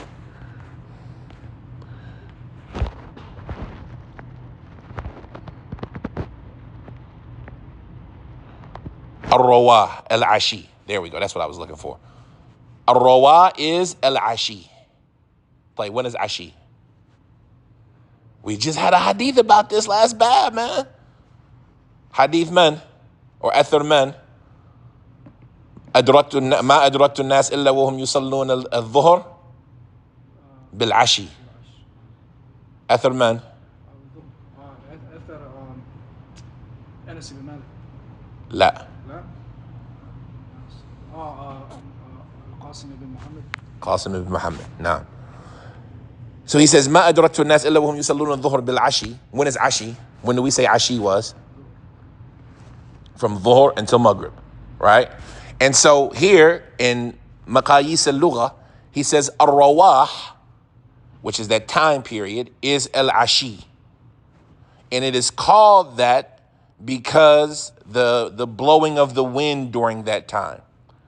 فَإِنَّهَا فِي الْأَغْلَبِ تَهِبُّ بَعْدَ الزَّوَالِ. Because most of the time the wind blows after Zawal. So Bukhari brought that hadith to show us when they would go to Jum'ah? After Zawal. Because Ar-Rawah is al-Ashi. And that is Dhuhr until Maghrib. Right? And so now we know that the hadith of Aisha, what's the word that it says? فَإِذَا رَاهُ. That's all I needed. فَإِذَا. Okay, إِذَا رَاهُ. Right? إِذَا رَاهُ. Alright, so we got that one. That shows that it is, we'll put a little kha there for Bukhari, and that is after Zawal. What's the next hadith? حدثنا سريج Surayj. بن الرحمن قال حدثنا فليح بن سليمان عن عثمان بن عبد الرحمن بن عثمان التيمي عن انس بن مالك رضي الله عنه تعالى أن النبي صلى الله عليه وسلم كان يصلي الجمعة حين تميل الشمس. Okay, that's clear. And the Nabi sallallahu alaihi wasallam. So this one right here, the first one, right? All of these things, like this is what makes learning exciting to me. What kind of sunnah is that?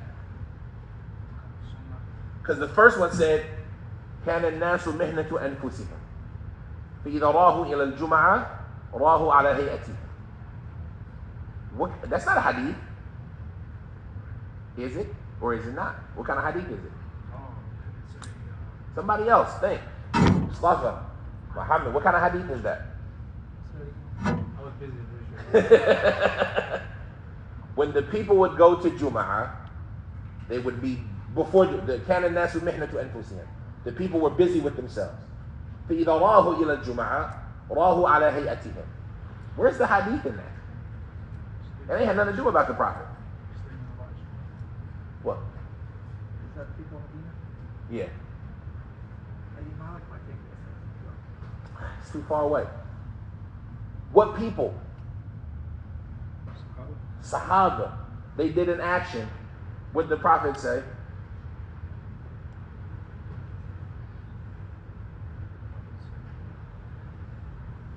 God, these are why, like, all of this stuff we remember last chapter comes back into play. When is the statement of the Sahabi a hadith? When it happens when? It's something custom. During the time of the Prophet. Right? Them going to Jum'ah at Dhuhr time. Did that used to happen during the time of the Prophet? Did the Prophet ever tell them to come earlier? Did they ever tell them, what are you guys doing coming to Jum'ah at this time? They used to come at Jum'ah at that time. And so what kind of sunnah is that? Ma qala al-Nabi, ma fa'ala al-Nabi, ma taqrirat al-Nabi. What the Prophet approved of. Right? Because there's no mention of the Prophet in that. Until you get to the statement, it was said to them, why don't you bathe? Right? That's a clear hadith. But their action, them working for themselves, and then going to Jum'ah at Dhuhr time. How do we know it's Dhuhr time? Because you were gone. When is the Rawah? Ashi. When is the Ashi? ما أدركت الناس يصلون الظهر إلا بالعشي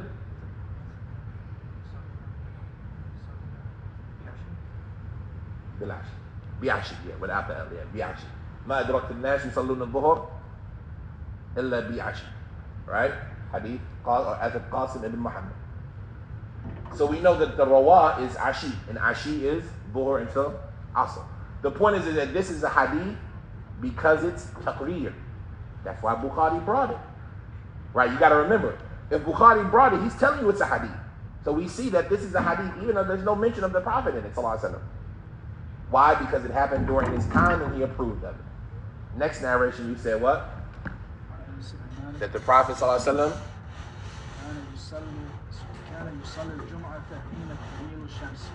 كان يصلي I know, I got it. كان يصلي الجمعة حين تميل الشمس. Okay, that's واضح. That is واضح. That the Prophet used to. What's that show us? Istimrar. The Prophet used to pray Jum'ah when the sun passed. Anything else? Go ahead. حدثنا عبدان قال أخبرنا عبد الله قال أخبرنا حميد عن أنس قال كنا نبكر بالجمعة ونقيل بعد الجمعة. Okay, hold on now, Bukhari. What's Bukhari's opinion? إذا زالت الشمس. What's this hadith say? كنا نبكر. What is tabkir? Anybody know that word? What's it mean? To come early. Hey, kunna nubakkiru. We used to go to Jum'ah what? Early. And what will we do after that? وَنَقِيلُ بَعْدَهَا. When is the time of Qaylula?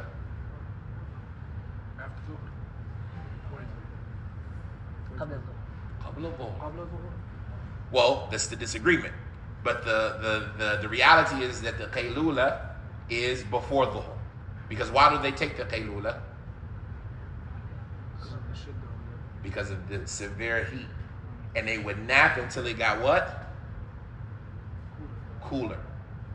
And so the foundation with the Qaylula is that it'd be when? Before they would pray Dhuhr. Before they would pray Dhuhr. And you could also say before Dhuhr time.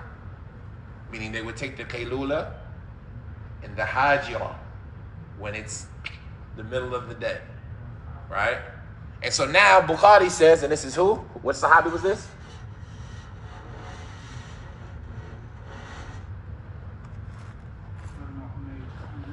And Anas. So we got Anas again. Where's my phone?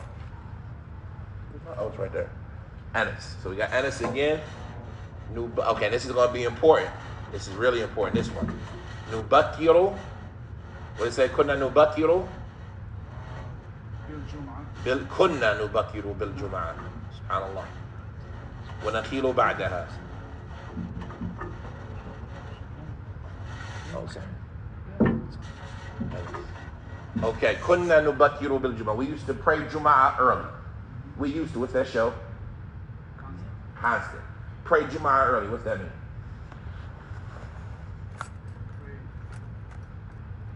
What's it mean, Bubba? Maybe before the sun, or when it got in. So this hadith is what? It's not his opinion. This is the narration. So this hadith is muhtamal. This hadith of Anas is muhtamal. It's possible. It could mean before the time, because we prayed it early, i.e. we prayed it earlier than what? We prayed it earlier than Dhuhr. Or he could say we prayed it early, meaning we prayed it at the earliest possible time of Dhuhr. Now we know how Bukhari understands it, but it's not his statement to understand. It's the statement of Anas, right?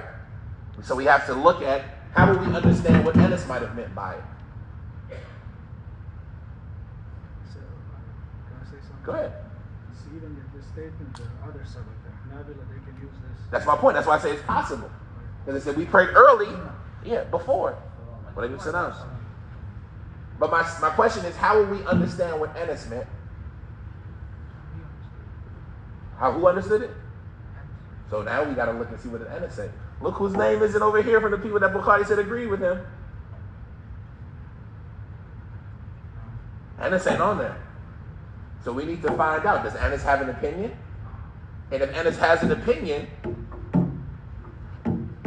that's going to shade the way we might look at his narration.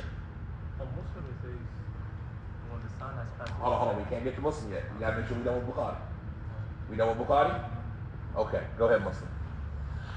Now, which book is more authentic? Which book is better to read for a student?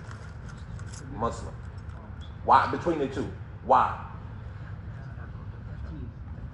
His organization in the hadith wordage is better than Bukhari's. Muslim wrote his hadith down at home with his books. And when he would bring the narration, he would bring it in all of its different versions in one place. So the wordage, if you're a student and you got a hadith that's in Bukhari and Muslim, which version are you going to use? Muslim. Because Muslim is better worded than Bukhari. Bukhari, he would cut everything up, he would chop everything up, and give you his opinion, right? Which is a cold thing that Bukhari does, and he's more authentic. But Muslim, if you want to know the better way to say the hadith, the wordage, Muslim has an advantage there. So we're keeping that in mind when we're looking at Muslim's narration. What's the chapter called? Okay. Juma prayers when the sun has passed, but I need in Arabic because I can't trust their English. It should be right there, though. No, it should be right there. We should have English and Arabic together. Oh. You changed. You did the right thing, though. Yeah, there you go. It has to do, for example, Okay. باب صلاة الجمعة حين تزول الشمس. Okay. One thing to remember about Muslim, though, he didn't put chapters. Okay, someone else did this. Somebody else did that. So we can't take that to mean Muslim's opinion about anything. Muslim didn't put that. Okay, keep going. But Bukhari put that exact same thing. And that's why they put it there for Muslim. Because some people say that Muslim is a what? A mustakhraj on Bukhari. Does anybody remember what a mustakhraj is? Yeah, what is it? Not in hadith. It's when you do your teacher's book without your teacher. I narrate on Abu Salah on Sheikh Falah, right? Fadl says, I like that book of hadith of Abdul Hakim. But I'm going to skip Abdul Hakim and I'm going to narrate either directly on Abu Salah or Sheikh Falah. And he comes with the same book that I did without me. That's called the what? Istikhraj. Some people say Muslim is a mustakhraj of Bukhari. All he really did was try to bring Bukhari's book without Bukhari. Right? So that's important. Okay? So now, what does Muslim say? What's his first hadith?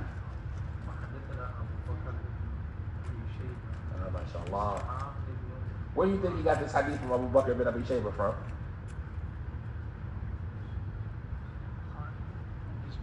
From his Musannaf. So that lets us know that, man, eventually we're going to have to do what? We got to go to the Musannaf. Keep going. ابن إبراهيم قال أبو بكر حدثنا يحيى ابن حدام حدثنا حسن ابن أشياء حسن ابن عييش عند جعفر ابن محمد عند أبيه عن جابر بن عبد الله قال كنت نصلي مع رسول كنت نصلي No, كنا نصلي مع الرسول صلى الله عليه وسلم ثم نرجع فنخيل. ونخيل Is that what it says? ونرخي فنلقي. Let me see.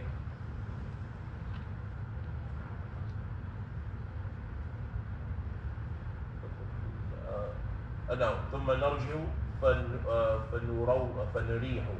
فنريح.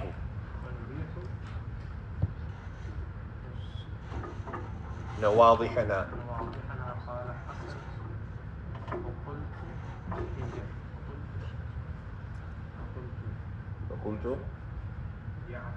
فقلت لجعفر في أبي سعيد أي ساعة تلك؟ أي ساعة قال زوال الشمس. Okay, now this is an important one. Okay. Ja'far ibn Abdullah al-Ansari, right? I'm not Ja'far. Jabir ibn Abdullah al-Ansari. We all know Jabir, one of the mukathirun of hadith, one of the ones who narrated an abundance of hadith. He says, كنا نصلي مع رسول الله. Pray what? Jum'ah. ثم نريح نواضحنا. ترويح or إراحة النواضح. And ناضحة is a type of camel. And when you would take them to go to this afternoon meal or whatever, they would call that tarwih or iraha. So he says we would pray Jum'ah and then we would do what? And then we would go take our camels for the rawah. The person asked, what time was that? He said, Ba'd al-zawal. What does that prove? After the sun did that. What does that prove? We used to pray Jum'ah with the Prophet ﷺ, and then we would take our camels for a wah. He said, what time was that? After Zawal. All of that. I'm asking you. Tells me they prayed it on time or then Okay, why you say that? they took their camels after the. They took their camels after the thing. So if they took their camels after the thing, they would have had to do what? They prayed early. They put everything after this. They did everything after Zawal. Could you both be right? Or could either one of you be right? Could I use this as a proof for either one of you? The people who say it's after Dhuhr, can I use it as a proof? Because they would say, what time was that? What is that? All of that. Salat and everything. What time was that? After Zawal. So he didn't specify which part. Or he could say, what time is that? What time did you take your camels? And that was what? Yeah, that's what I took. After Zawal. And we used to, and look at the word. What word did he use? What word did he use again? Did he say thumma or fa? Thumma narji'u fanurihu nawadihana. What does thumma mean? And then Took a while. Because thumma means in order with time. So could I use it as we prayed and then we would go back home? Right? Did you think they kept the camels inside the city? They had the camels outside. And then we would go back home. And then we would take our camels out. What time would you take your camels out? after the sun passed over. So this hadith can be used for either side again. You could say all of that was after Dhuhr, or just the taking the camels was after Dhuhr. And if just taking the camels was after Dhuhr, then the salat, the khutbah, everything else would have been what? Before Dhuhr. Right? So this hadith can be used both ways. Go ahead, next narration. He says, وحدثنا. Let me ask you a question. Is this good for y'all, or is this like, huh? It brings more knowledge for research. That's the point. That's the goal of this. Like, everybody can just give you an answer. Like, you got your answer right, you got your hadith right, you sure about it, right? Well, we gonna see. But if it's not your thing, we can just keep moving back to the hadith, inshallah. Go ahead, next narration. وحدثنا قاسم ابن زكريا وحدثنا خالد ابن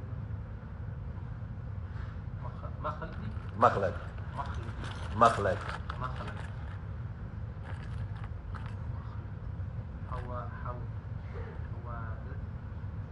حدثنا وحدثنا عبد الله بن عمر عبد الله بن عمر العمري. رحمه الله. It's not the Sahabi, it's a different person. عبد الله بن عمر رحمن Okay, الرحمن الداري عبد الرحمن الداري. حدثنا عبد الله بن عبد الدارمي. عبد الله بن عبد الرحمن الدارمي. It's not Abdullah bin Umar. عبد الرحمن بن عبد الله الدارمي. You know Darimi, right? Sahib al-Sunnah. Died 255. It's one of the Muslim teachers. Abdullah bin Abd al-Rahman al-Darimi. حدثنا يحيى بن حسن قال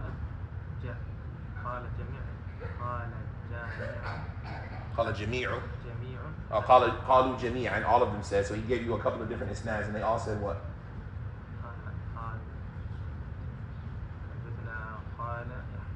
حدثنا سليمان بن بلال عن جعفر. Okay, Ja'far ibn Muhammad. جعفر ابن Muhammad, same one. It might say ibn Muhammad, but it is, and Ja'far. And Abi says Ja'far ibn Abi. And Abihi and Muhammad. He just says that Abi, that's it. Okay. Because it's the same hadith. Okay, next one. أنه صلى. Okay, same one. صلى جابر ابن عبد الله. متى كان رسول صلى الله عليه وسلم يصلي الجمعة قال كنت يصلي ثم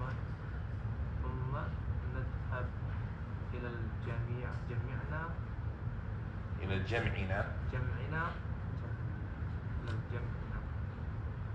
ثم نذهب إلى الجمعنا فنروح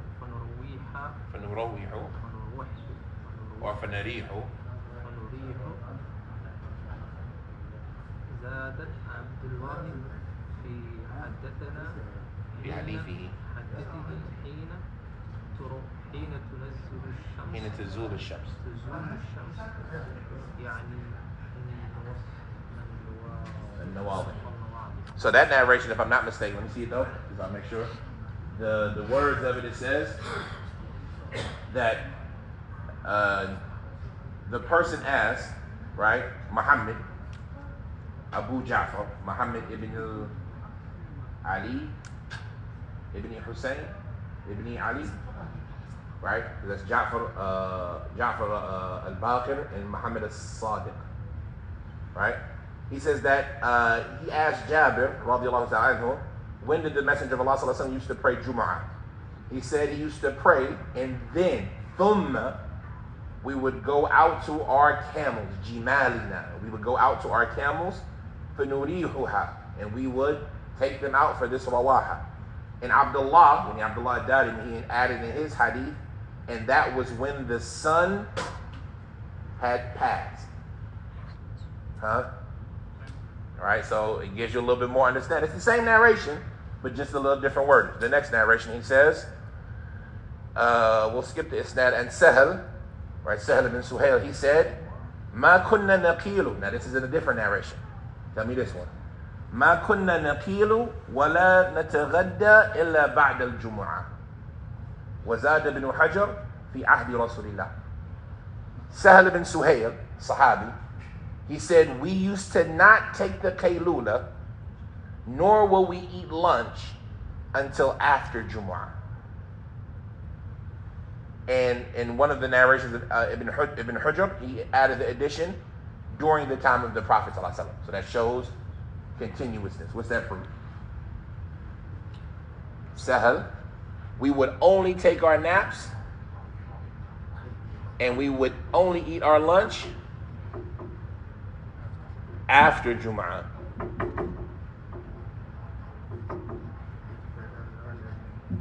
What's it mean? What's the proof? After? I mean, they say maybe you should take a nap before, so they have to pray.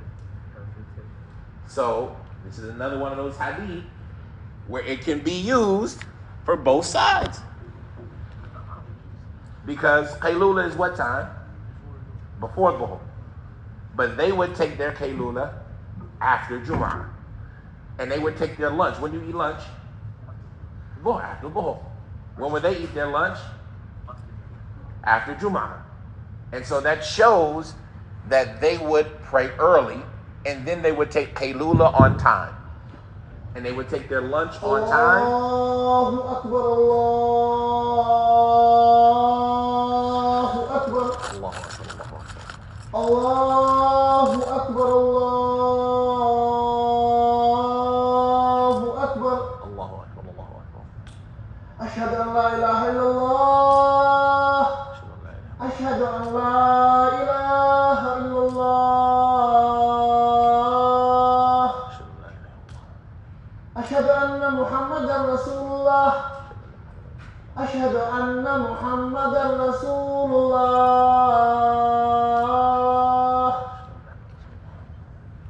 Hayya ala salah.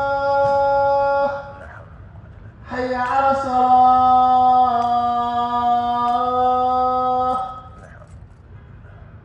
Hayya ala falah. Hayya ala falah.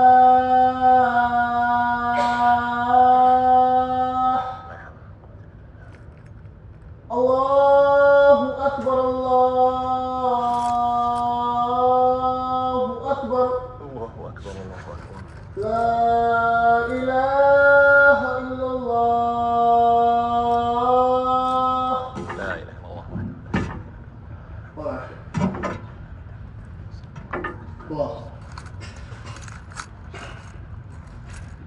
Sallallahu alayhi wa sallam. Now, so Sahal ibn Suhail, he says, we would only take our Qaylula and eat after Jumu'ah. So if you are under the assumption that they did it on time, then that would mean they prayed Jumu'ah what? Early, before Dhuhr.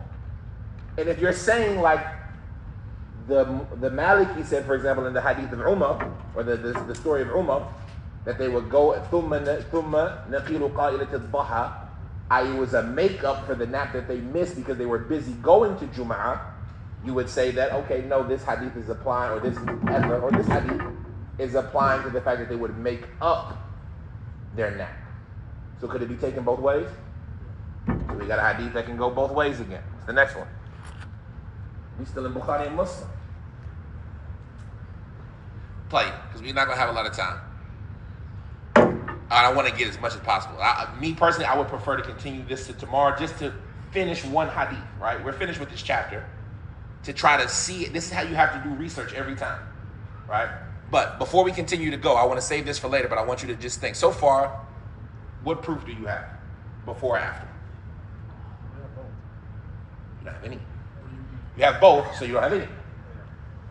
Do you have any proof about when you have to pray Jumu'ah? What about the hadith of Aisha, or the hadith of Anas, we used to pray during the time of the Prophet ﷺ after the sun? Does that prove you have to do it? Proves you can. Does it prove you have to? So do you have any proof up until this moment about when you have to pray Jumu'ah? Because right now, we didn't say when you can, however. There's an ijma' that you can pray dhuhr during the time. You can pray Jum'ah during dhuhr time. We have an ijma'. But the question is, what if I prayed early? Salat valid or invalid? Do you have any proof as of yet that invalidates my salat? That makes my salat not accepted? You gotta bring proof. They prayed early. You see what I'm saying? Do you have any proof that makes my salat invalid? So as of right now, we got a lot of narration, but they used to go during dhuhr time. Yeah, but sometimes they would go early. Sometimes they would pray and then go do rawah. You see what I'm saying? So as of right now, I'm still at a position where I don't have an opinion. I see how both sides have an opinion, but I haven't been able to formulate one for myself yet. You got another narration on Muslim? Yeah, but it seems they kind of similar to something I say is working on the other. I'll just go through it quick. That's what I say. Muslim, you pick the hardest book. Because Muslim go and bring 50 hadith, all saying the same things. But you see how those similarities are important. Because they might be different. You see the last one says the same thing. And abihi kunna nujammi'u. So this is on Salamat ibn al-Aqwa. So this is a different sahabi. This is different. Unless I skipped the wrong one. The third one says not different sahab, but same, similar, because we never used to eat lunch or something. Yeah, this is Salamat ibn al-Aqwa.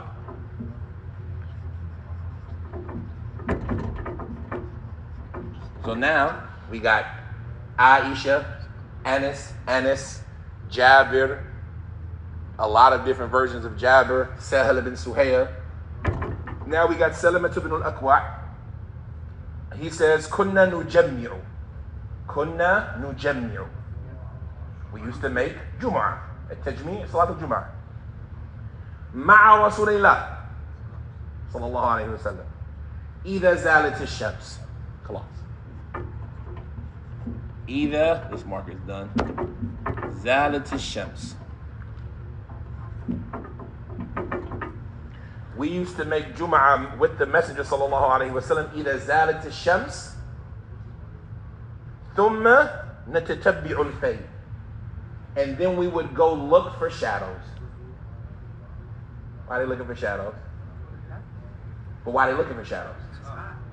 So they want to cool off in the shadows. If they're looking for shadows, that means there's what? That means there's shadows. You can go under like a house or something. The house would have a. So they're looking for. That means there are. That means the wall of the house has a what? So it passed. So there is a shadow. You see what I'm saying? So now we're seeing that there is a shadow. Kunna nusalli. But now, so the point is they would pray, because this is going to be important. Because you're going to have some people say, no, they would pray so early that there was no shadow. But he's saying we would pray with the Prophet ﷺ after what? Either zalat al-shams. And then what we would do. But now the word that he used for look, what is that word? Natatabbi'u al-fay. Remember, we learned this word fay before. Fay is the shadow wind. Either kind of fay with the rock. It's the shadow after dhuhr, not the shadow before dhuhr.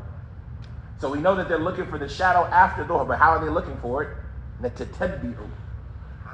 No, searching.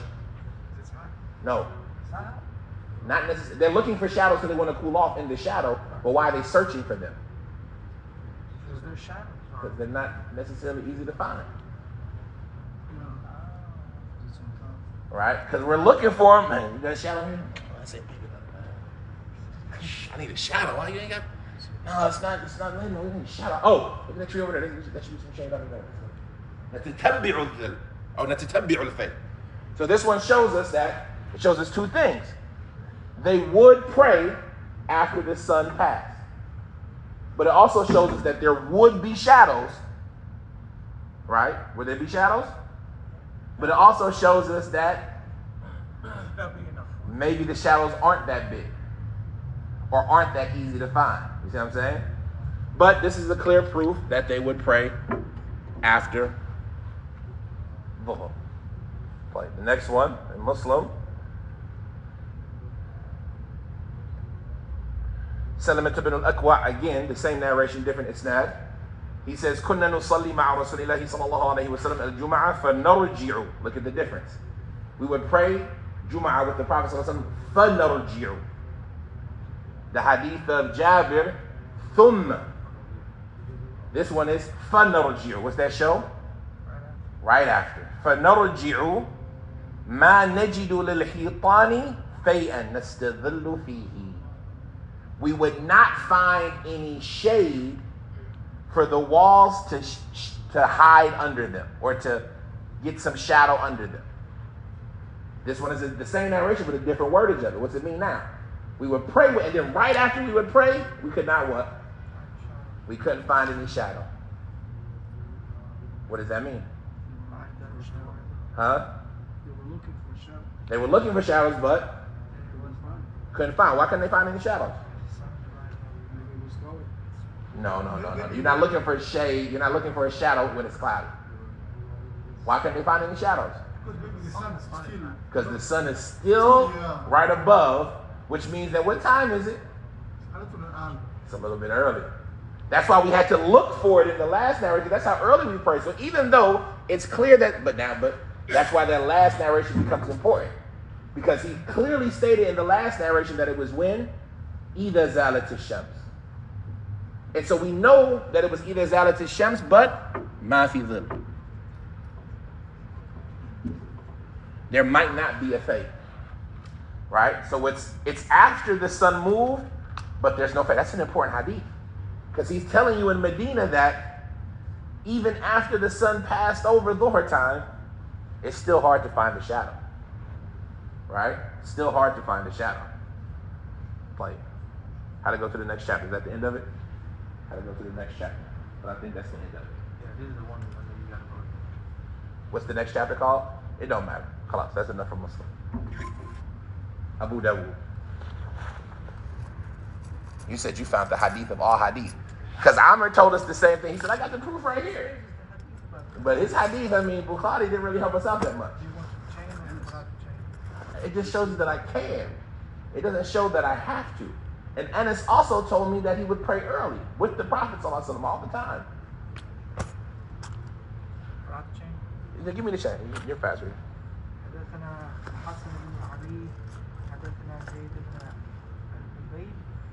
زيد بن الحباب. حباب. حدثني بحيل بن سليمان حدثني عثمان بن عبد الرحمن التيمي. سمعت أنس بن مالك يقول كان رسول الله صلى الله عليه وسلم يصلي الجمعة إذا مالت الشمس. We already got that. We got that in Bukhari. Next one. Keep going. حدثنا أحمد بن يونس حدثنا يعلى بن الحارث سمعت إياس سلمة بن الأكوع عن أبيه قال كنا نصلي مع رسول الله صلى الله عليه وسلم الجمعة ثم ننصرف وليس للجدار إيطان. So that's this one. We would pray with the Messenger ﷺ, and when we were done, there was no shadow for the wall. That's kind of like the narration of who? The narration of Uthman, right? ثم نرجع ثم ننصرف وليس للجدار ظل. Okay, keep going. حدثنا محمد بن كثير أخبرنا سفيان عن أبي حازم. عن أبي حازم. عن سهل بن سعد الساعدي. So it's not Sahel bin Suhaib, it's Sahel bin Sa'd al-Sa'idi. Go ahead. قال كنا نقيم ونتغدى بعد الجمعة. Nah, see? We got that in Muslim. You see, Abu Dawud didn't bring us nothing new yet. Abu Dawud just copied Bukhari in Muslim. Keep going. But now you see the value of Bukhari in Muslim. They didn't leave nothing out. I mean, don't think because there's other authentic hadith that they were negligent. No, they brought the religion. Go ahead. We don't need that right now. That's the next one. Oh, I'm saying that's the next chapter. That's what I'm saying. We don't need that right now. Yeah. I mean, that is relevant because when do they call the adhan? makes a difference. But it's going to be talking more so about what is the adhan for Jum'ah and things like that. Okay, we're done with Abu Dawud. Nasa'i.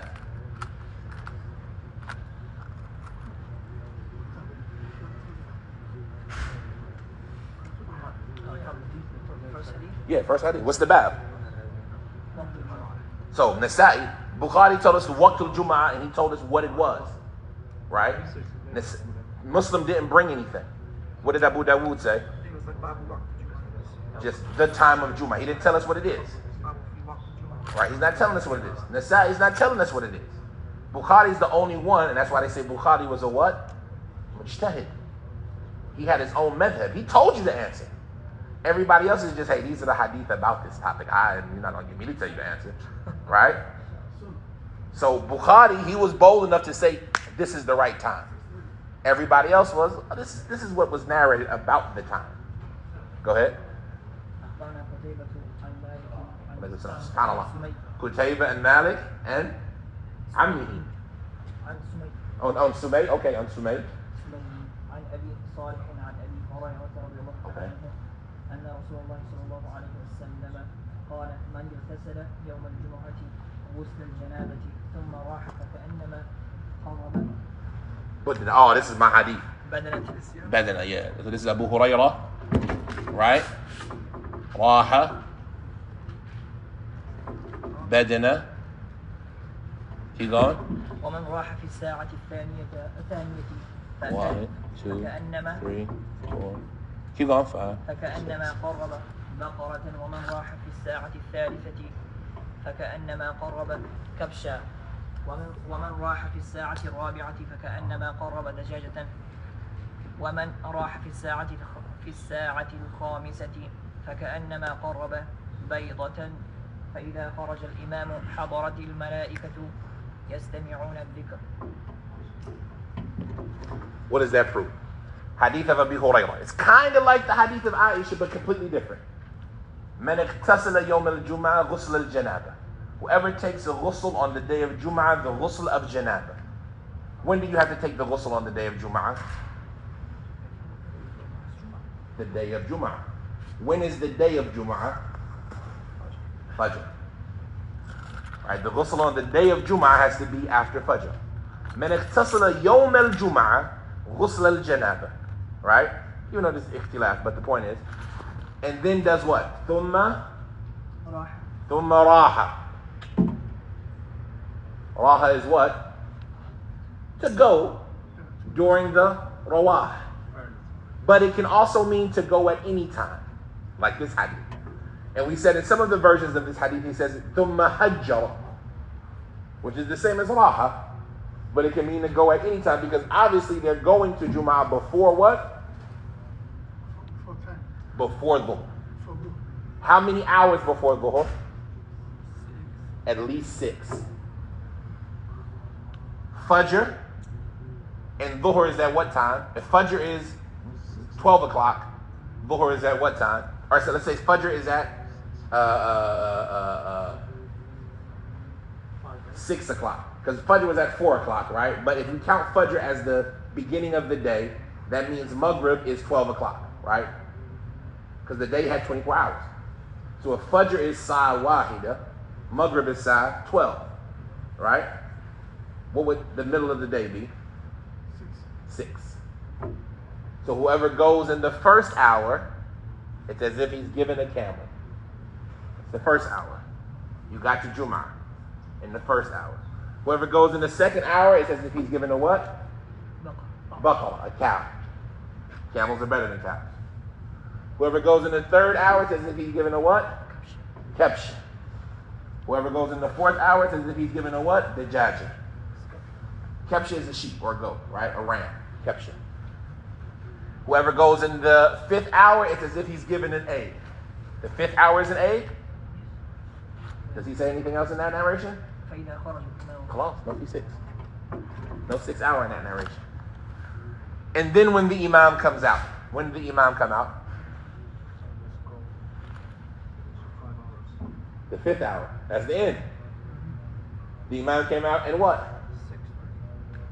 فإذا خرج 5th hour, you got there, you gave an egg, and then when the imam came out, he came out what?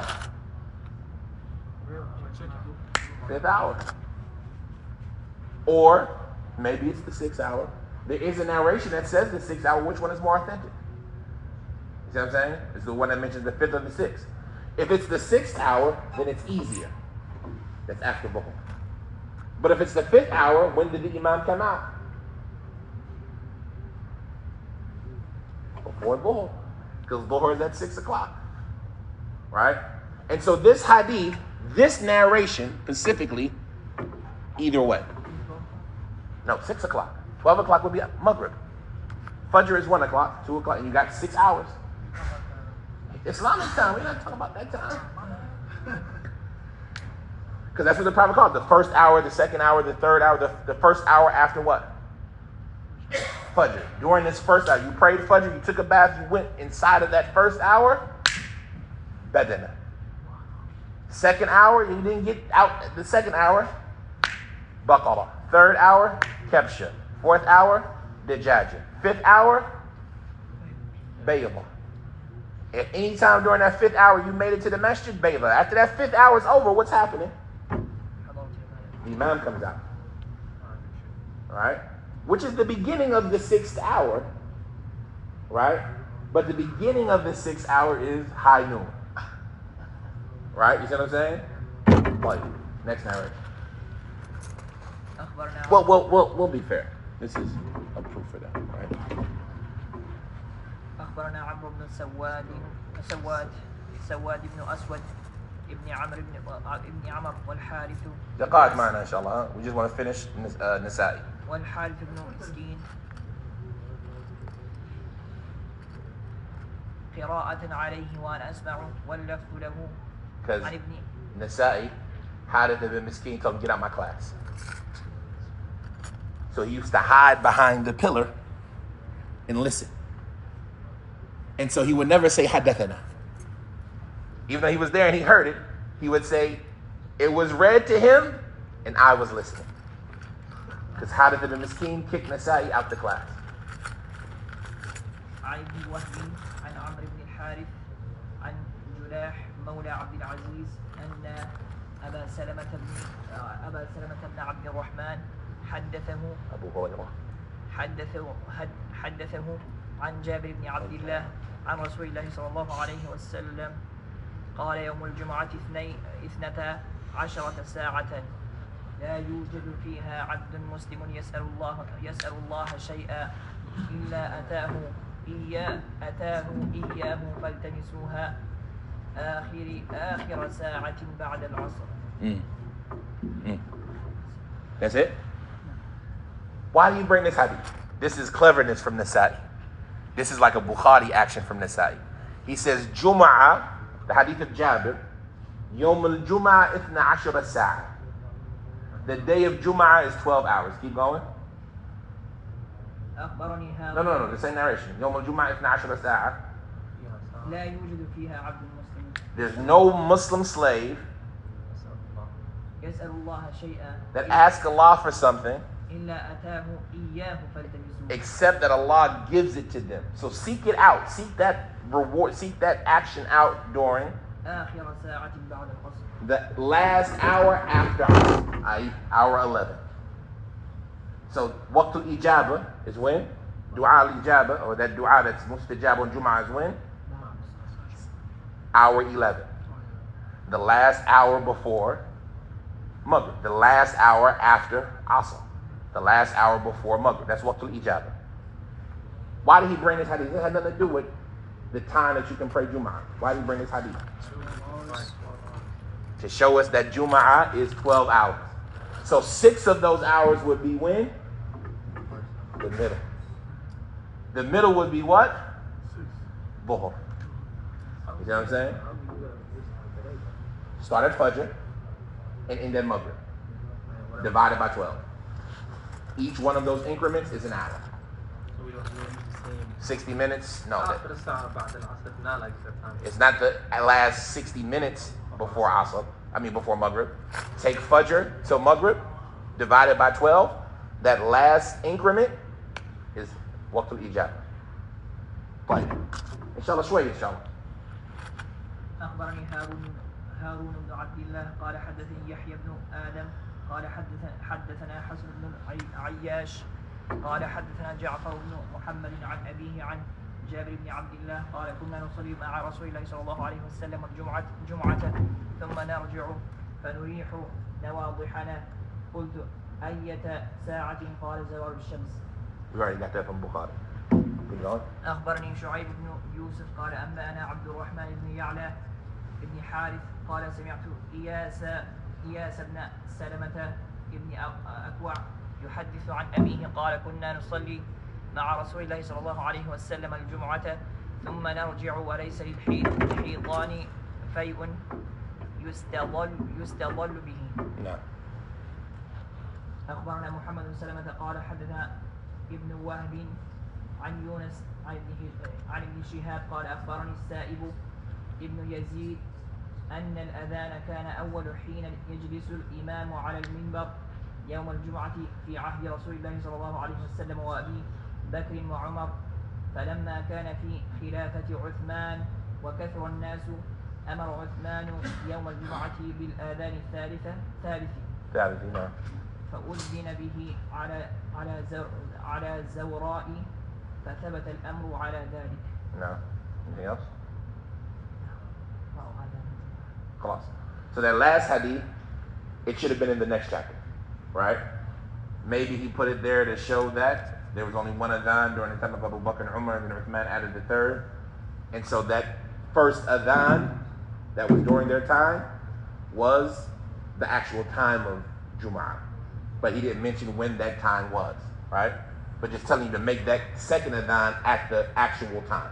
But all of these narrations, we see that there's a lot of them that support that they would pray after Dhuhr. But none of them say that you what? Have to. And some of them could be used as a proof that you can pray before Dhuhr. But even the ones that can be used as a proof that you can could be used as a proof that it was after Dhuhr. So we have one aspect of we still got Ibn Majah. We'll do that tomorrow, and then we'll get into the athar, the ijma', and then the argumentation. Oh, nobody did Tirmidhi. It's only 5 of us. Tirmidhi's next, inshallah. We'll do Tirmidhi and Ibn Majah tomorrow, along with the Sunan of Ibn Abi Shayba and the Awsat of Ibn Mundhir. And we'll talk about why that time, inshallah. SubhanAllah. Does everybody understand these hadith? Like, don't let these hadith escape your memory. Are you going to leave that? Yeah, I'm about to take a picture of it myself, but don't let these hadith, you can't read that hand, right? That's just for recollection. تفضل إن شاء الله. أقيم الصلاة.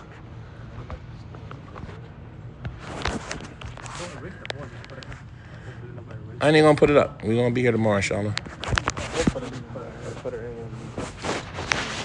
الله أكبر الله أكبر أشهد أن لا إله إلا الله أشهد أن محمدا رسول الله حي على الصلاة حي على الفلاح قد قامت الصلاة قد قامت الصلاة الله أكبر الله أكبر لا إله إلا الله. استووا تواصوا واعتدلوا واستقيموا.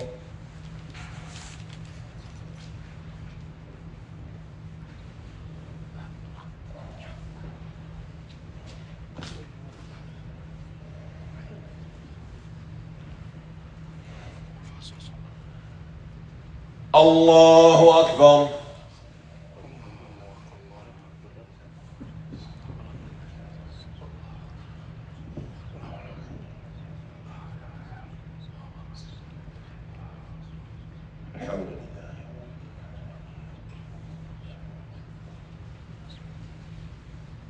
Yeah.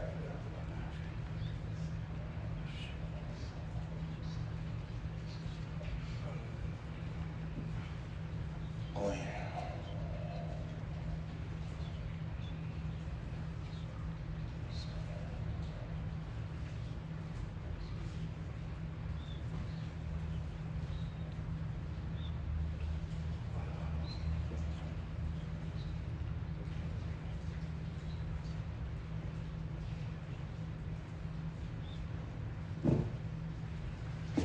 الله أكبر.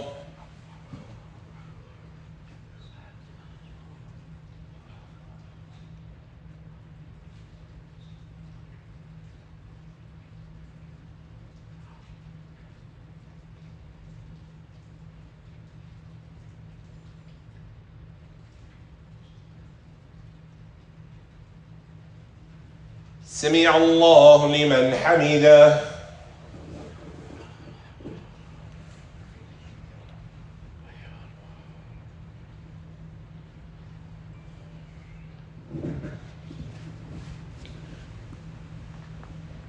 الله أكبر.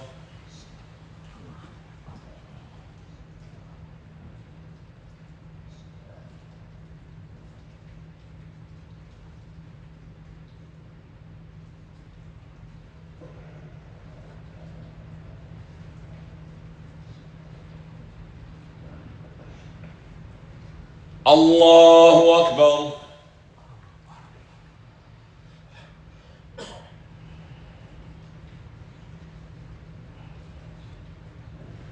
الله أكبر.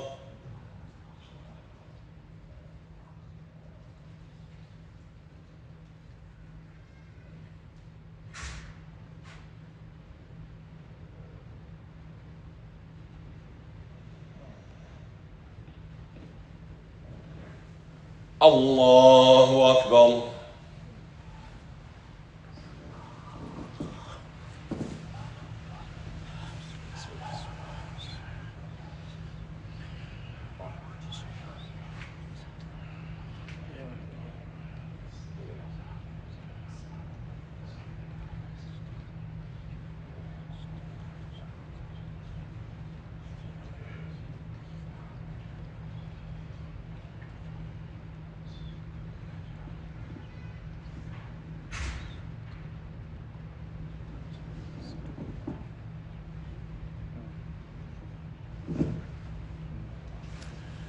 الله أكبر.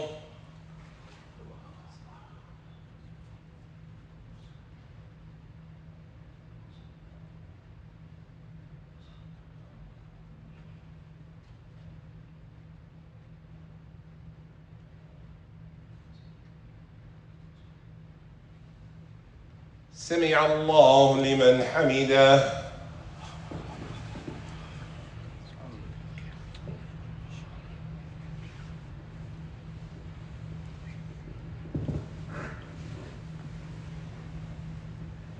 الله أكبر.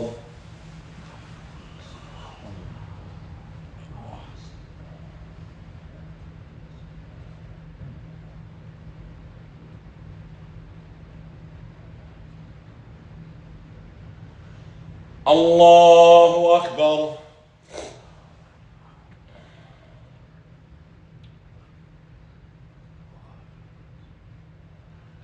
الله أكبر.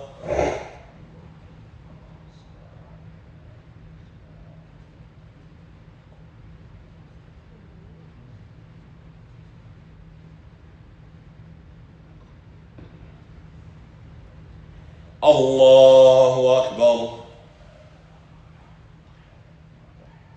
الصلاة.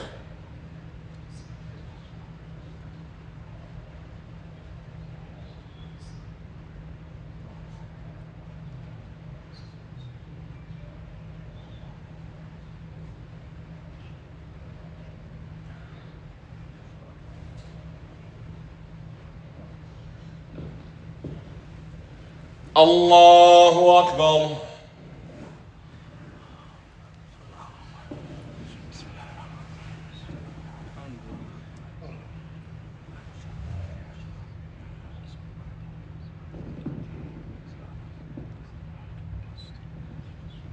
Yeah.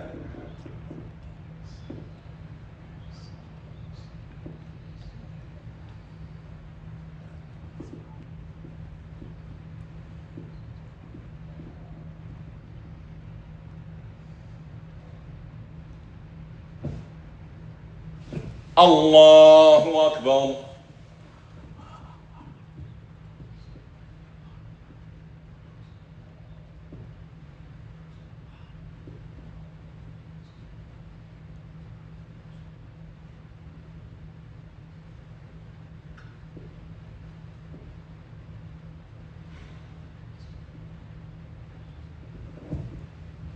سمع الله لمن حمده.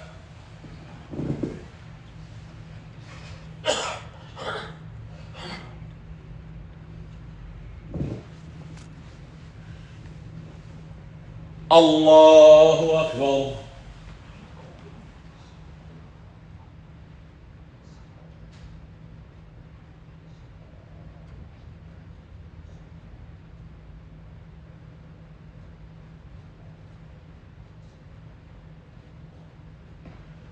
الله أكبر.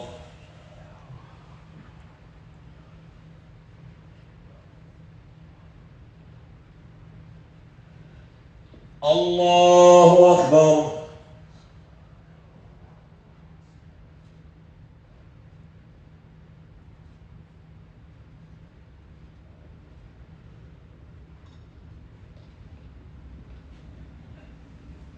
الله أكبر.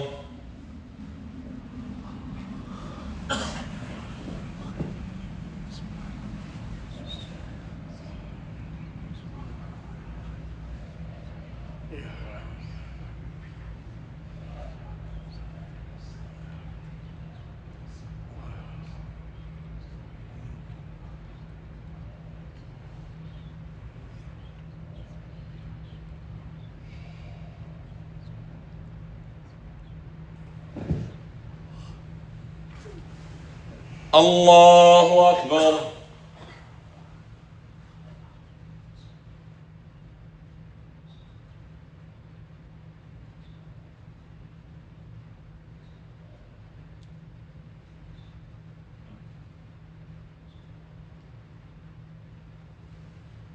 سمع الله لمن حمده.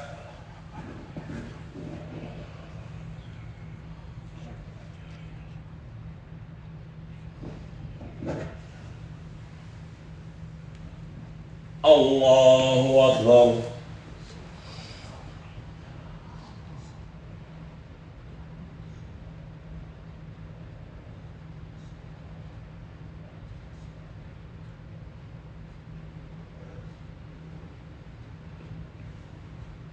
الله أكبر.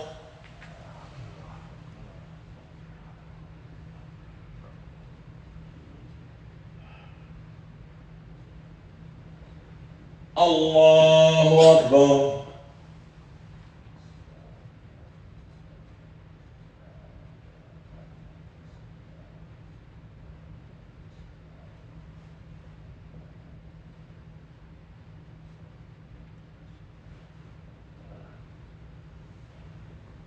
الله أكبر.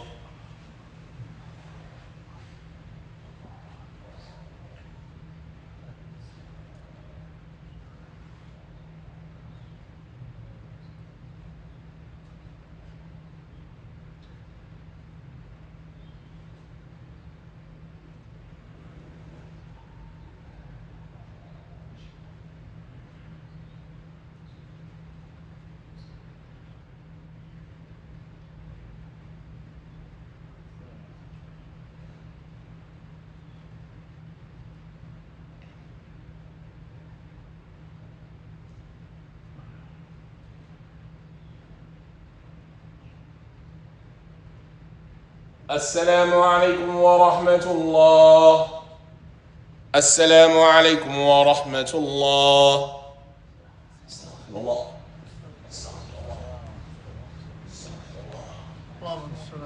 اللهم أنت السلام ومنك السلام وتبارك يا ذا الجلال. لا إله إلا الله وحده لا شريك له.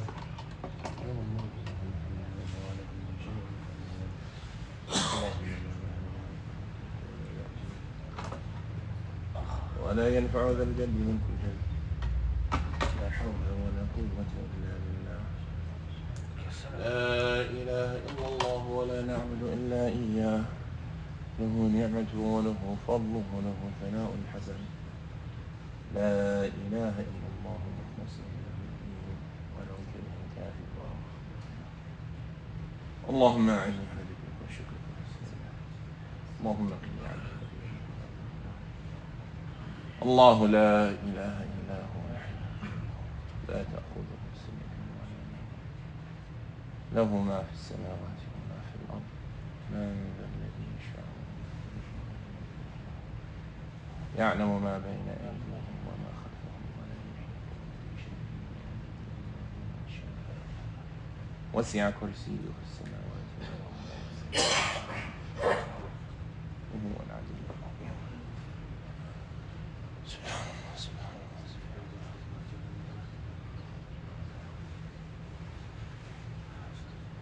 الحمد لله.